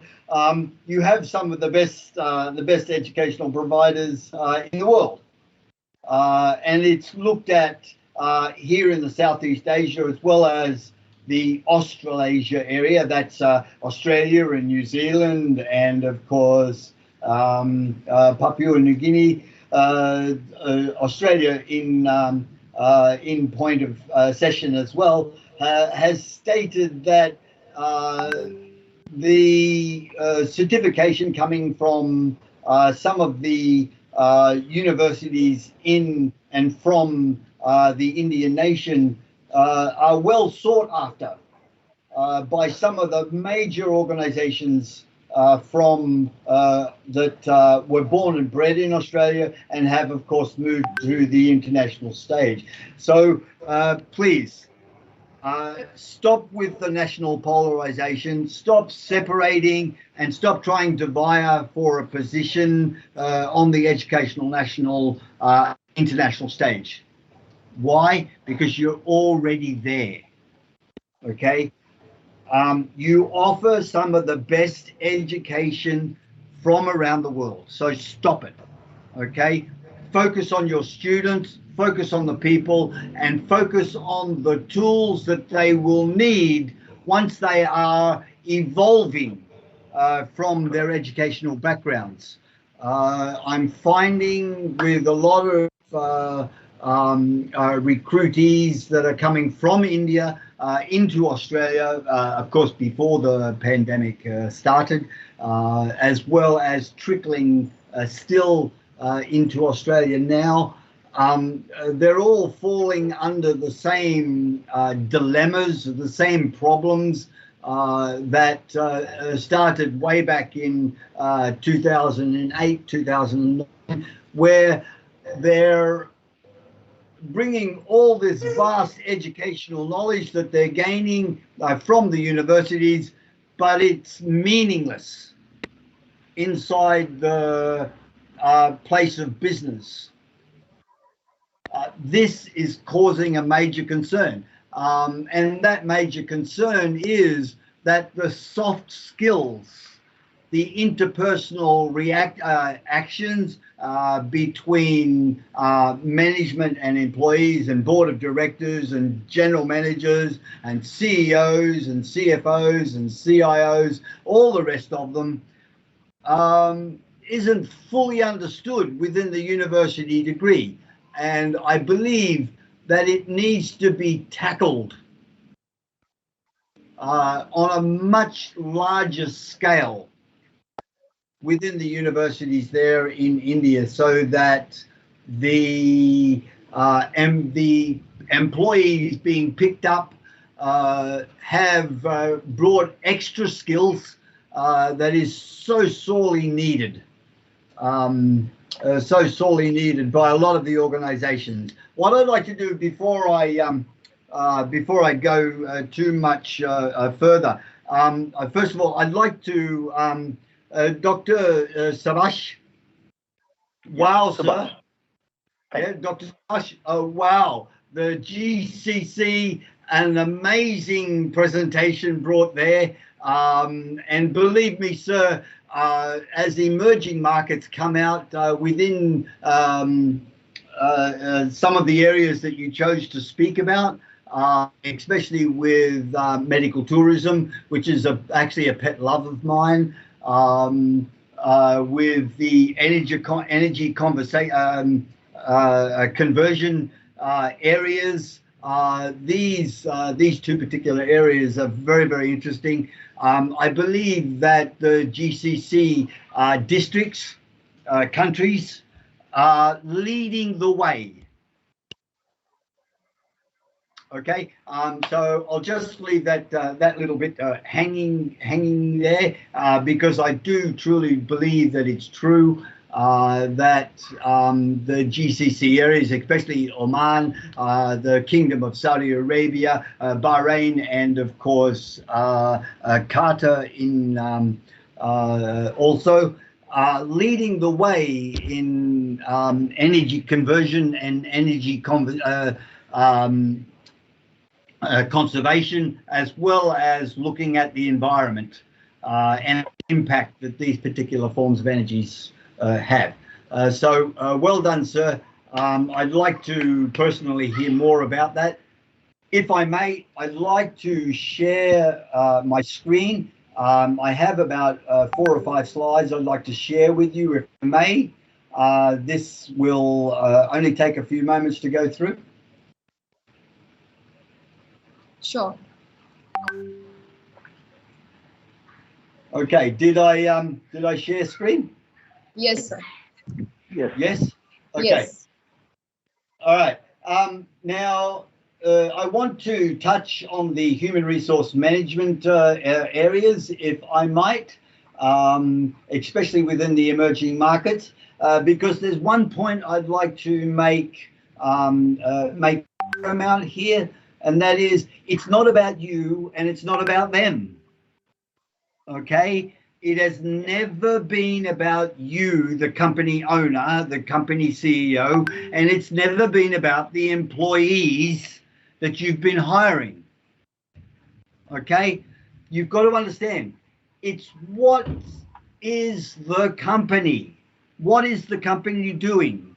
What are their breakthroughs? What are their outcomes? Where are they leading? Where are they leading their employees? This is the most important aspects for any human resource department manager or director. They need to be well versed in understanding what their company is doing before they even start the hiring process of bringing extra people in, because it's never been about the employee. It's never been about the HR department. It's never been about anything other than what they all, as a total concern, can do for the company. Now, please remember that the company itself does not have a voice. The company is just bricks and mortar. It is someone's idea that has emerged into the real world. All right. So please understand that it does not have a voice. So it needs the human resource department to support it 100%. Understanding that what can you do for it, i.e. the company. There we go. What is happening within the marketplace? We're having an overcrowding of services. We're having an overcrowding of talents and abilities, skills. Now, these are three different areas, and we can talk about these in depth on another occasion. But what we're finding is that the human resource marketplace is at present well and truly overcrowded. There are some highly skilled, highly talented, and of course extremely resourceful people out there that can but don't want to. Those that want to just fall short of the academic or the skills required in order for them to be picked up by the hiring manager. We need to be very careful how we select our staff within our companies. Okay, as John Quincy Adams once said, if your actions inspire others to dream, to learn, and to do, you have a manager's mind. You have a manager's mind. Please remember what he was trying to imply here. Remembering that Quincy Adams was trying to put together a government as well as a constitutional logic and bringing together the people of one nation. Well, it's the same thing as bringing together a company with, as I was saying to you before, skills and talents. And of course, the one thing that is rarely talked about, which is attitude. So looking at skills and talents and attitudes, the attitude is an intertwining skill that helps others within the company to achieve the company's outcomes. And we need to keep that in mind. What is the company doing? What is the company wanting to achieve? Okay. Now another great, which was Tom Peters. Do you have an awesome talent? Do you have awesome talent within your? I never quite understood what he meant by that. Okay, and I never, on the times that I had met him, I met him twice. I never actually pursued to understand what that was. But for me, understanding something like this is to it means to bring the right people into your organizations and keeping them by giving them a reason to stay. And the only way you can do this is if you have the mind to do so. Okay, please always keep that in mind. All right, John Maxwell, I'm just going to finish up with him and come into my own ideas. It's called, he had some very major points on retention and orientation. Now, we all know what retention is. It means the keeping in of, and of course, the orientation is to set something on the right path. And I personally believe that the Human Resource Department, being the most key department within the start, not the beginning of an organization. I would really like that to be understood. All right. I don't want to talk about the beginning of an organization. I want to talk about the start of an organization. The start of an organization is when the Human Resource Department decides to do its job. Okay. And decides to do it quickly. When Human Resource says to itself, okay, let's orientate our people so that they're all moving in one direction. It doesn't matter what speed they're doing it in. It doesn't matter if they're an old person or a young person, a male or a female. These things are not important. These things are not important. We must learn to fight against rage. That's race, age, gender, and ethics. We need to fight against all of these in order to push the company in one direction. Okay, and that's forward, and doing it all together. No great organization will ever leave anyone behind, especially if everybody's walking or moving together in the one direction. So understand what your company is doing, know why the outcomes that you want to achieve will benefit society in a social structure, and be beneficial to everyone within that social structure. Remembering that, first of all, your employees are part of that social structure and they're part of your society, okay, as well as being part of the company family. All right. I always liked Bill Gates, especially when he said life isn't fair, so just get used to it. I like that. And believe me, ladies and gentlemen, he did say this. He was on stage and he blurted it out, and he looked at his wife, and his wife just smiled at him. Okay. Melinda thought that what he was trying to imply was that some people just don't get what it is that he's trying to do.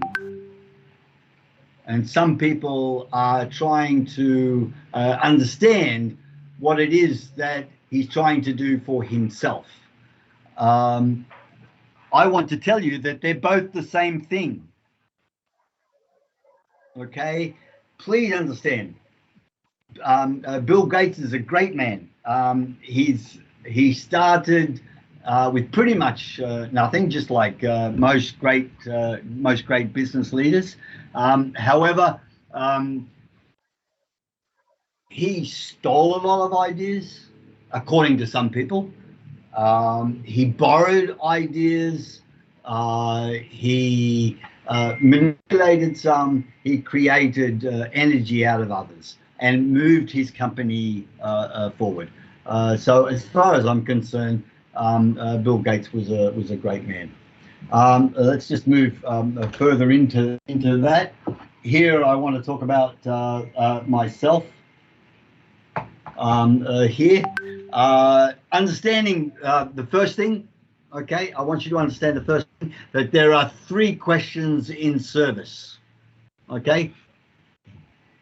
And you should always ask your people this. You should always ask your students in the classroom.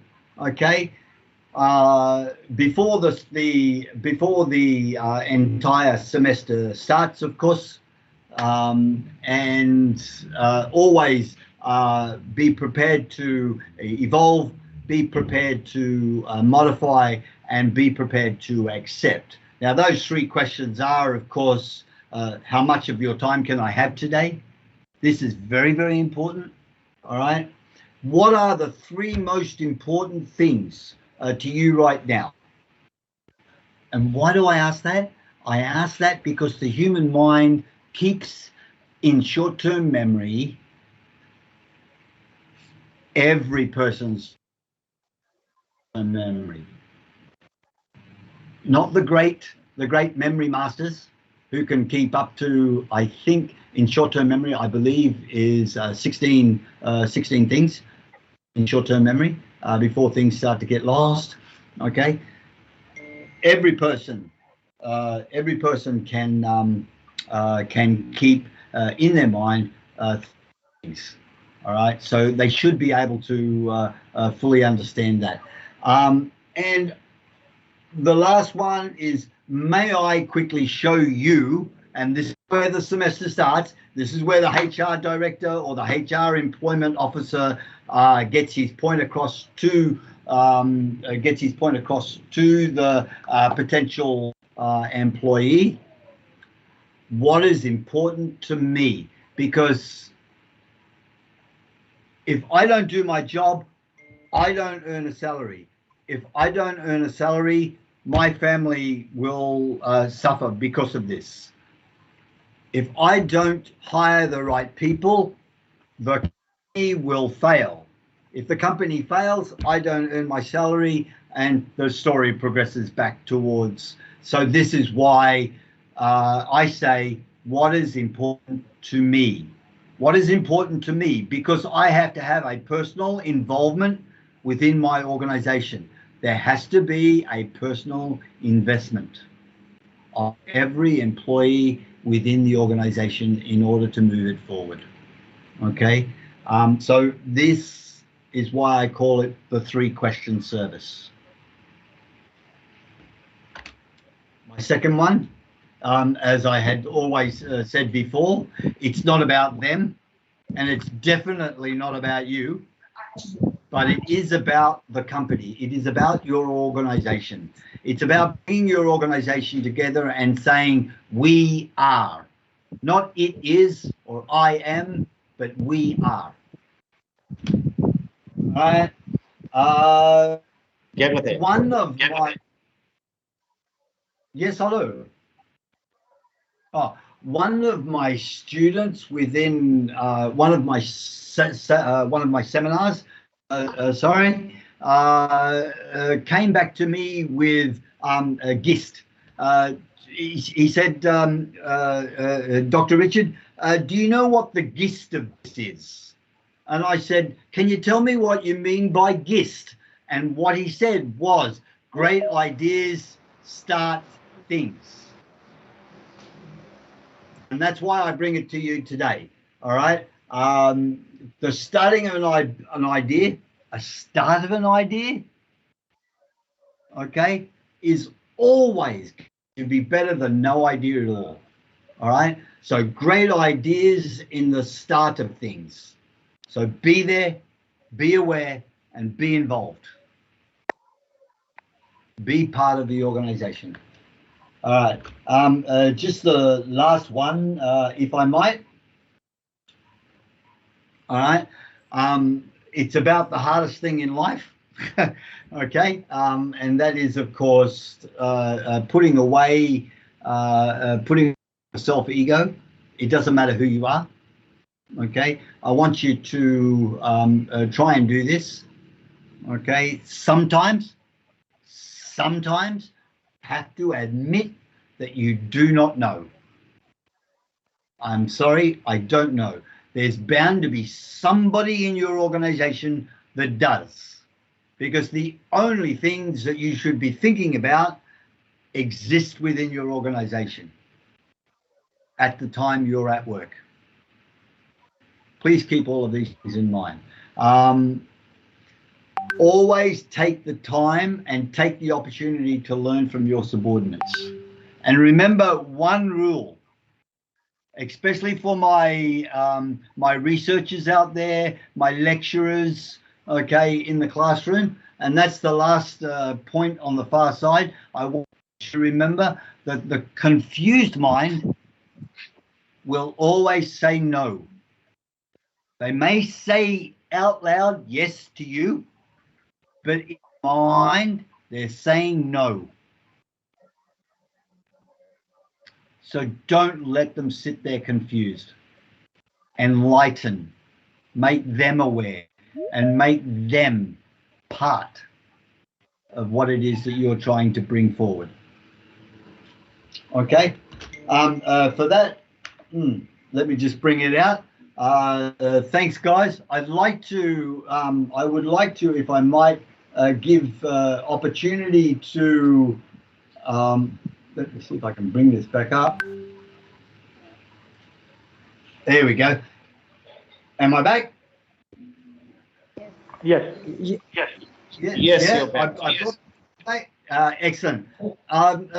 Guys, I'm having a lot of misunderstandings with the concepts that companies around India are trying to get across to their general public.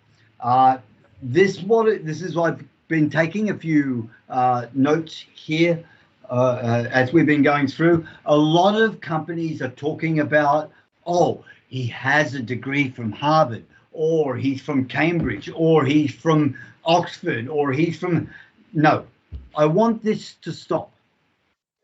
Okay, I'm telling you now, it's stopped here in Malaysia, and it's actually stopped in Australia.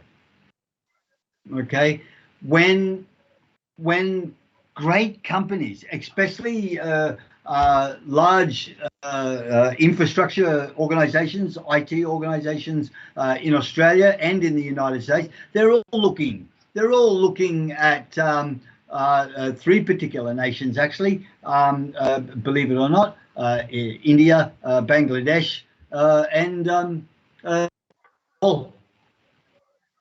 okay, they're looking at these three nations for IT professionals.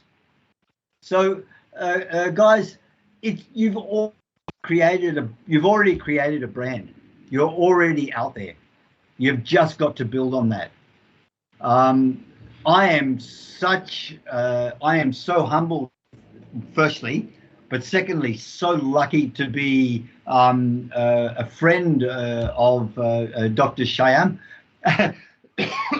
So thank you very much, sir, for allowing me to throw in my 10 cents worth. And of course, given the opportunity to speak again on any of these particular topics would be an amazing opportunity for me. I find them extremely enlightening, and uplifting. It gives the lifting of a burden for information that I would like to share. I just want to point one more thing out, if I may. Okay, speed does not relate to efficiency. All right, I want you to keep that in mind, guys. Speed does not relate to efficiency. Keep it in mind. The youth are fast. Sometimes they are not efficient. Us old buggers, we're a little bit slower, but we're efficient. So don't lock us out of the race. Okay. Thanks very much. Just putting a plug for the age diversity. Thank you, Richard. Thank you very much. It's very enlightening, and we are really very happy to have you. We are honored to have you as one of the resource persons of this international conference. Your comments, your guidance, your HR tips are really very valuable, and everybody enjoyed that. Thank you, sir. We have with us Mr. Manoj Sharma. So we are very much thankful to you, Manojji. Over to Bharti, please. Thank you so much, Dr. Richard. We really appreciate your thoughts on today's valedictory session of ICEM 2021. We really like and we really follow what you say. Speed is not important, but the efficiency. Very well said. Very good. And we are really more sessions for our students in future. So now we have one more very good speaker with us, Mr. Manoj Sharma. So let me welcome Mr. Manoj Sharma. Thank you very much. Mr. Sharma is co-chairman, ASSOCHAM, National Council of Industrial Relations, Policy and Reforms. He is member Governing Council of Power Sector Skill Council, NSDL, Government of India. He is empaneled with CII as a panelist for HR Excellence Awards. Sir is also a rich professional experience of working with large corporate houses and sectors like pharmaceuticals, starch and chemicals, distillers and bottlers, textiles, aluminium, graphite, coal rolling, infrastructure, thermal power, transmission and renewable energy. Presently, Sir is a Senior Executive Vice President and CHRO of Adani Electricity, a largest power distribution business of Mumbai.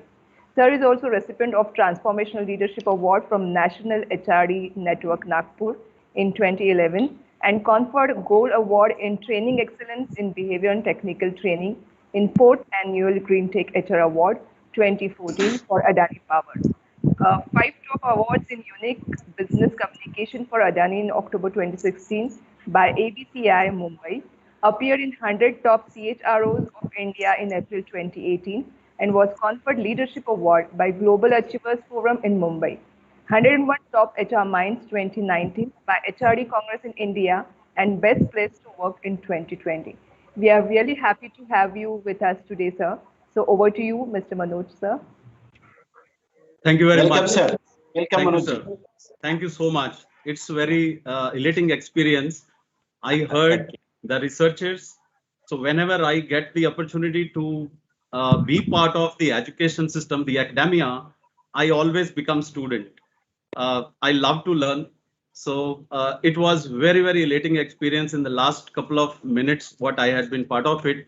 And thanks to Dr. Richard Jenkins, I really loved listening to him. Thank you so much. In the recent past, I had been part of a lot of policy reforms that is happening in the country. And right now, I was just, part of the parliamentary committee where we are, really formulating and thinking how we can tackle the unemployment in the country. The recession due to the COVID-19 has appeared to more serious than what the economy faced in 2009 recession. The ILO has estimated that up to 25 million people might become unemployed worldwide due to the impact of COVID-19. So this may be ranging between 5.3 million job losses on a low scenario and 24.7 million on high scenario. That's the ILO 2020 report. During this time, there is a positive sign.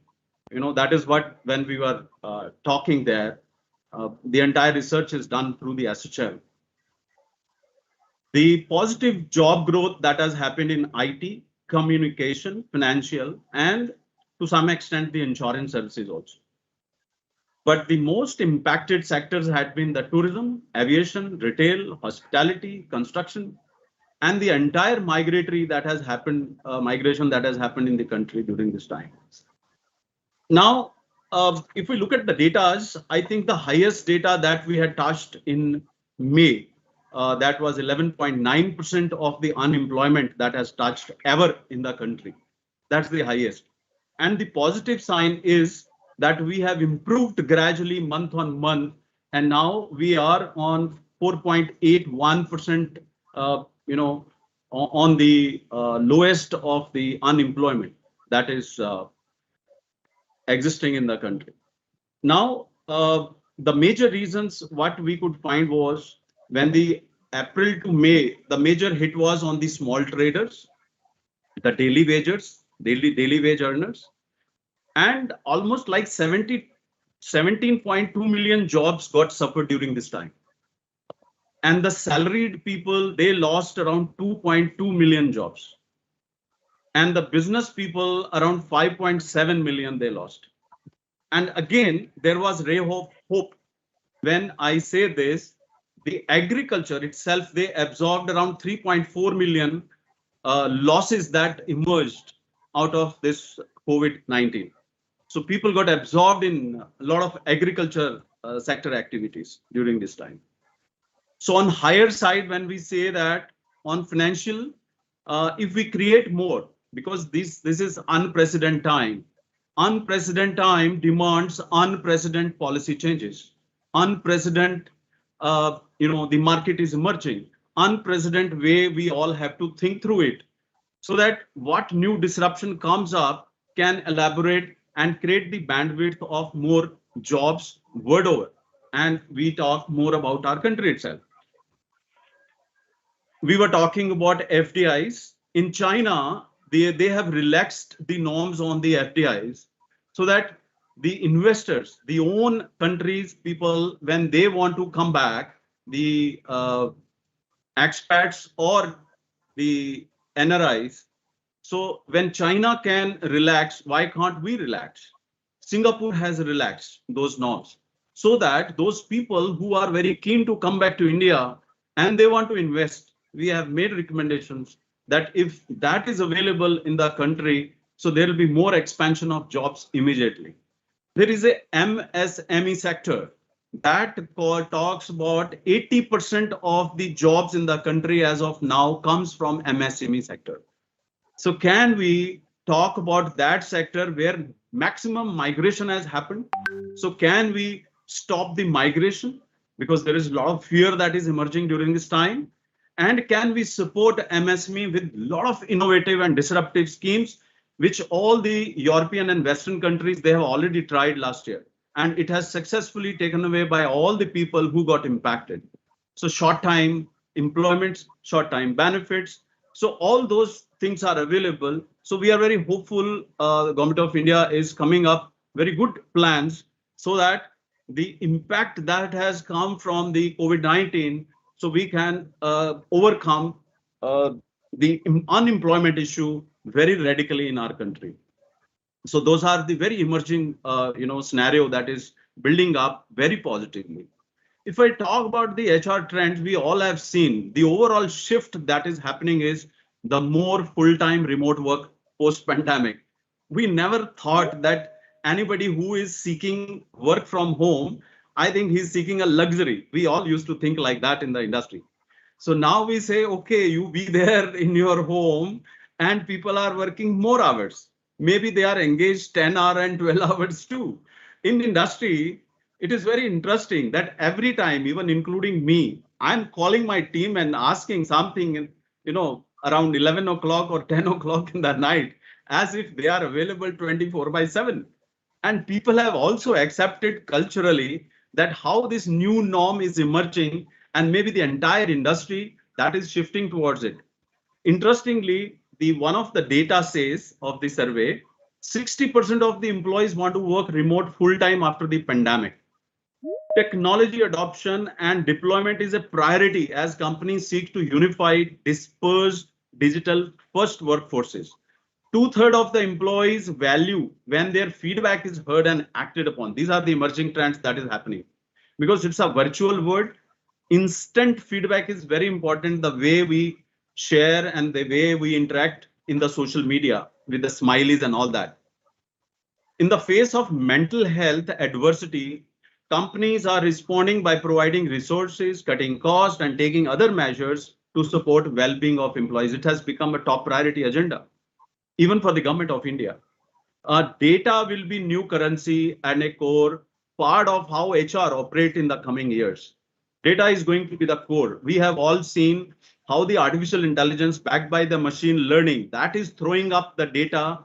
Data was available earlier also, but now we want to see the data from decision point of view. We want to see the trend analysis, how to protect the future, how to cut the cost. Ensuring employees have the right skills they need a top priority.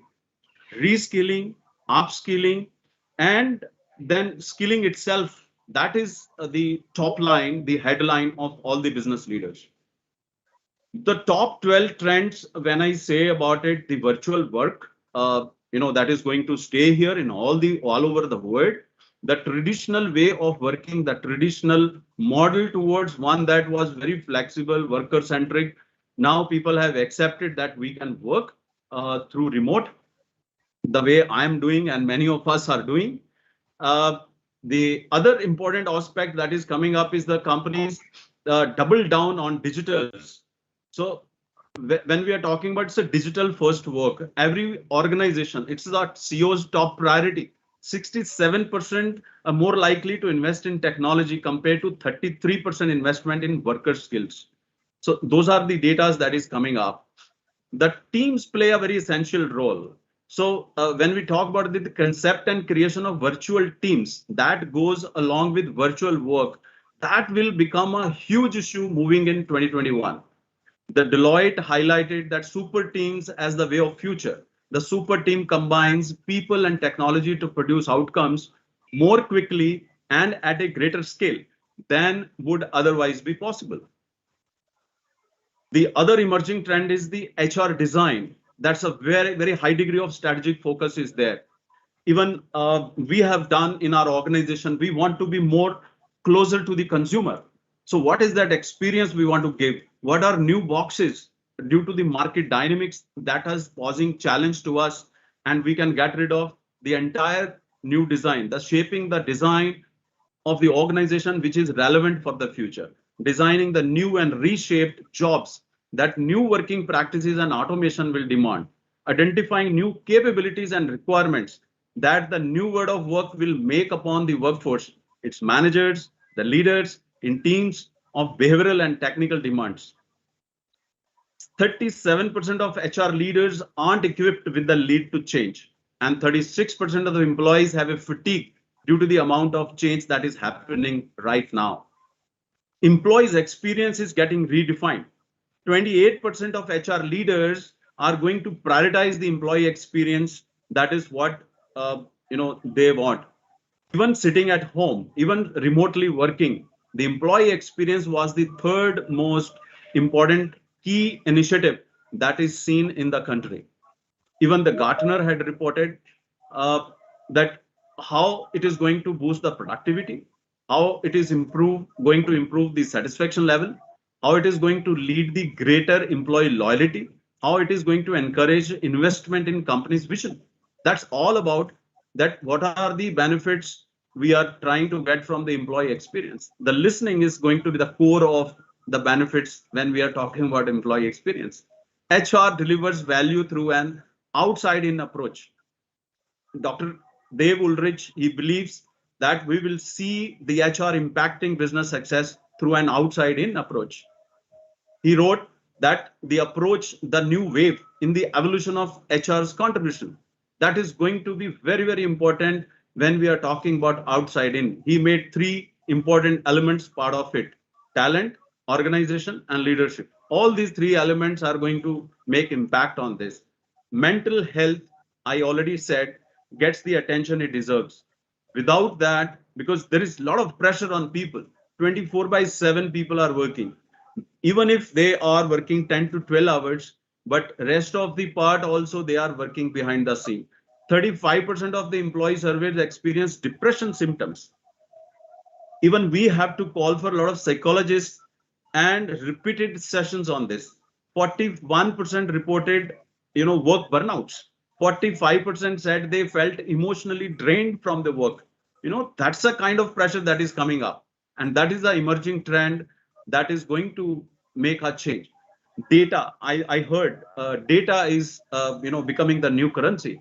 So that is the lifeline of the organization to create a swiftness in the organization to cope up with the market challenges and what exactly the customer is experiencing right now. Unless we have the virtual dashboards, only then we will have the survival of the business.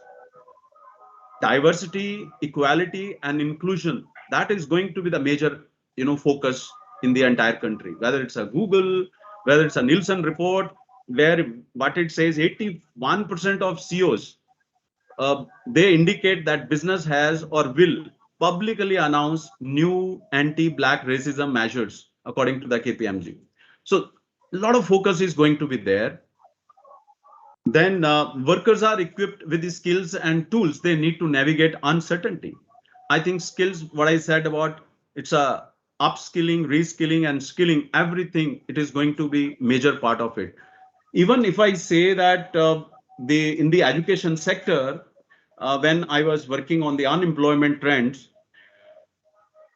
there is a report, 185 countries that has been impacted, resulting the closure of over 95% of all schools, colleges, and universities, impacting closure to approximately 350 million students.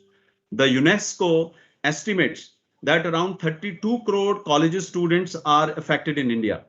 And the major reasons, there are top 5 challenges that has been being faced: learning style and cultural challenges, pedagogical e-learning challenges, technological challenges, technical training challenges, and the time management.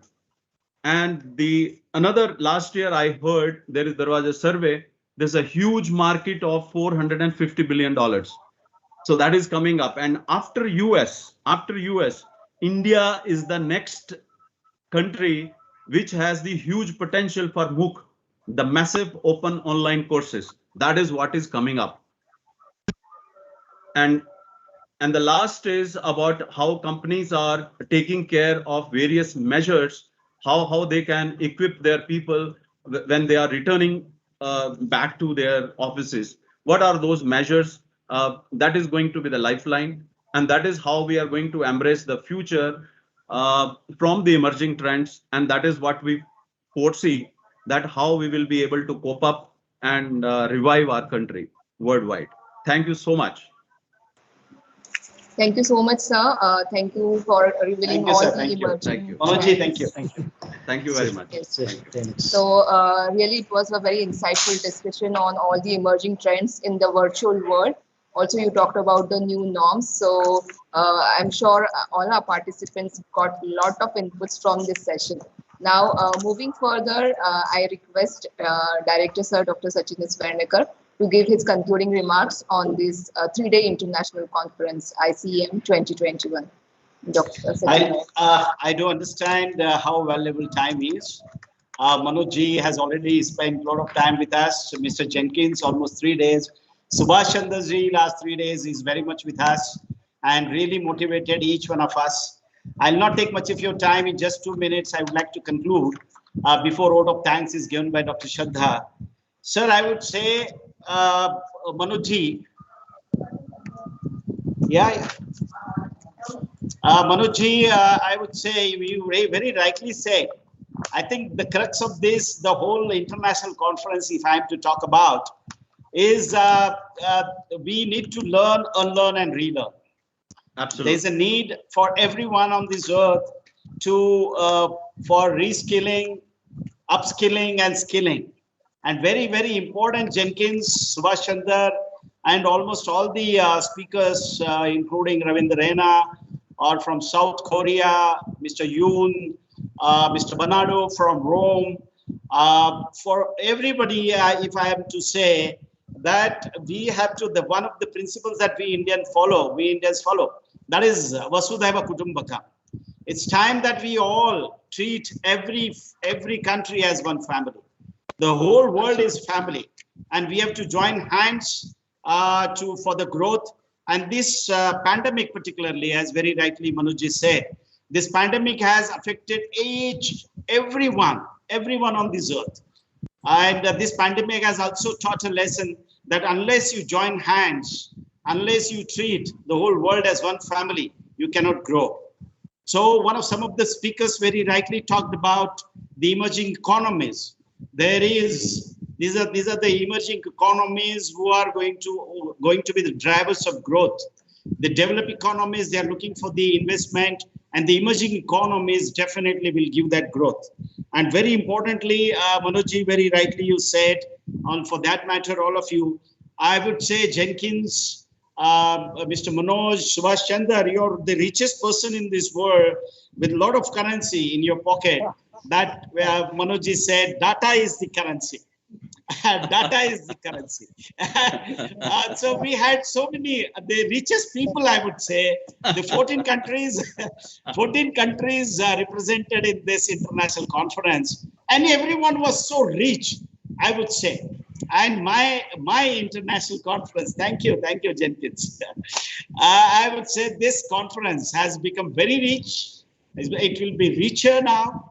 And this is what I would say. It's really great listening to you all.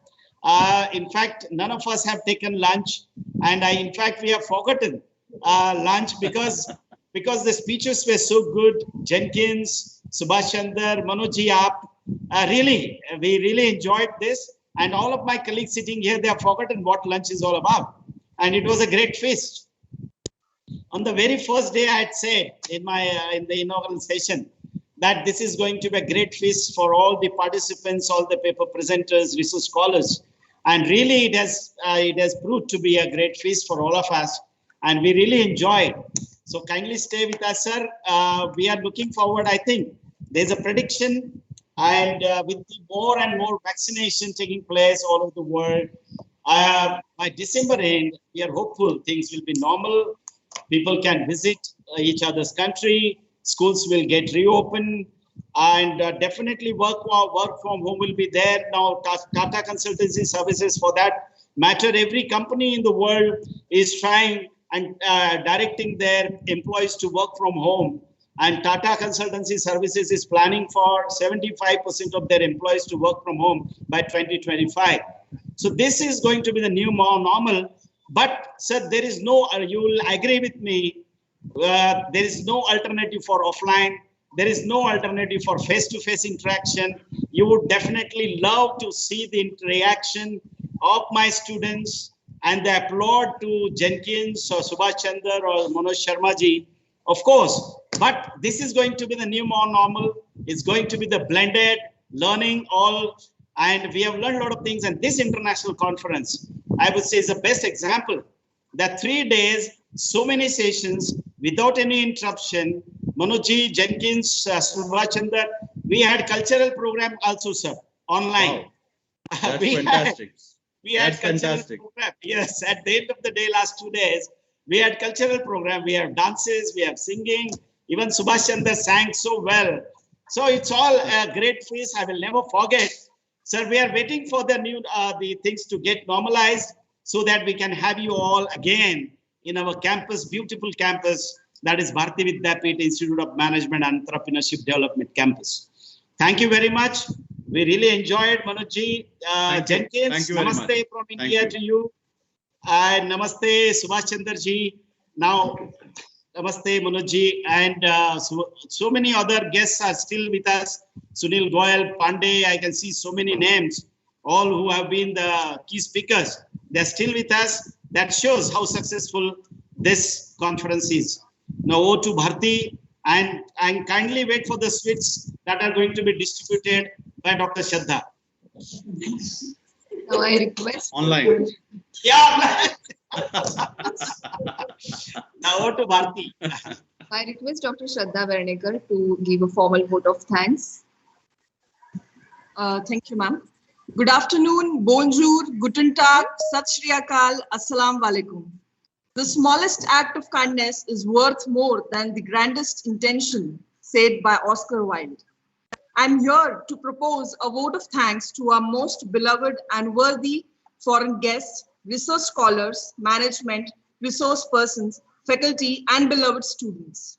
It's a matter of pride for me that I'm proposing a vote of thanks for this conference. I, on behalf of the organizing team of this conference, ICEM 2021, wish to thank all the delegates and today's chief guest, Mr. Manoj Sharma, and chairperson, Dr. Richard Jenkins, who gave their valuable time from their busy schedule to grace this conference. I want to thank all the speakers for adorning their necessary work and sharing with us graceful opinion. At the outset, I thank Honorable Dr. Shivajirao Kadam, Chancellor, Bvdu, Honorable Dr. Vishwajit Kadam, Secretary, Bharati Vidyapith, Honorable Dr. Manikrao Salunke, Vice Chancellor, Bvdu, for being a guiding force. I take the onus to express a gratitude towards our esteemed dignitaries, Mr. Yoon Kyung Ki from South Korea, Dr. Sonia Bellore from Sweden, Dr. Bernardo Nicoletti from Italy, Dr. Pavan Chaudhary from India, for inspiring and motivating our audiences. Plenary means to unite, to include all persons. I would like to extend our thanks to Dr. Jayant Oak from India, Dr. Jafar Iqbal from USA, Dr. Anita Shineska from Poland, Ms. Devike Krishnan from UAE, Dr. Ismaila Abdullahi from Nigeria, Ms. Monica Kalam from Australia, Dr. Preeti Wadhwa from Canada, Dr. Gurpreet Batra from India, Dr. Ravindra Rana from South Africa, Dr. Manoj Dixit from India for deliberating insightful sessions. It is said that it's not just about ideas, it's about making ideas happen, do it. I take the honor to show our appreciation and gratitude towards our technical session resource persons.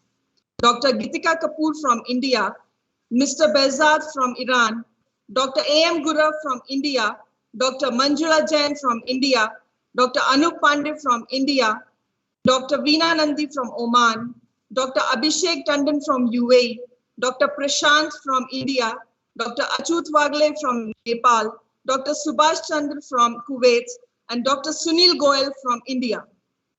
I would also like to thank AICT for sponsoring this international conference, ICEM 2021. Ladies and gentlemen, an event like this cannot happen overnight.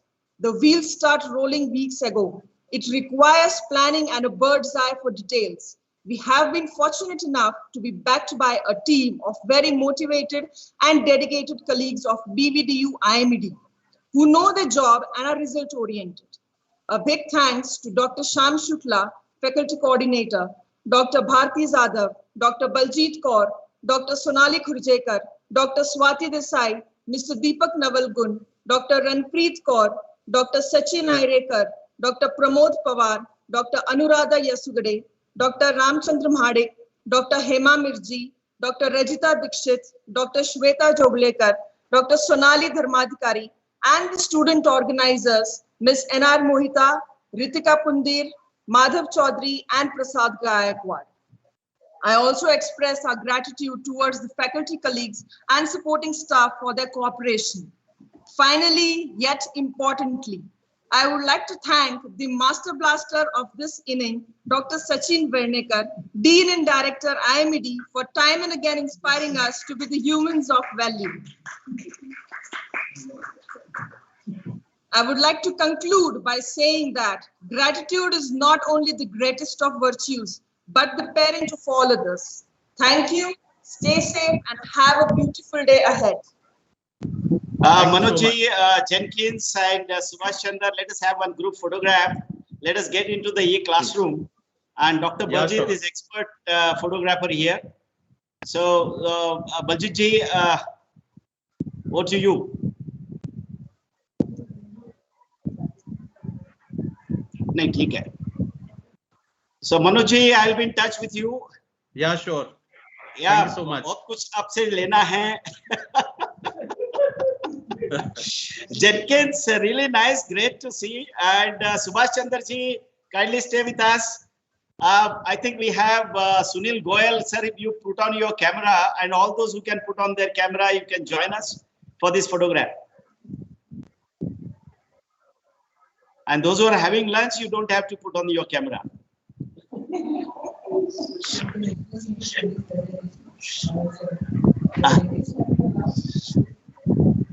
Yeah.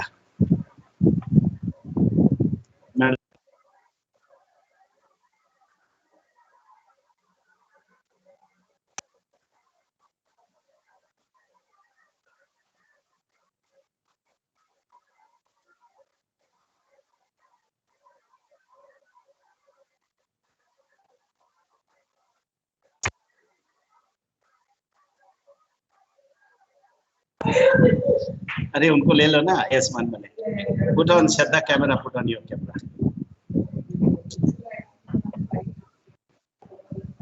चलो अभी वो शुक्ला को निकाल के इनको ले लो.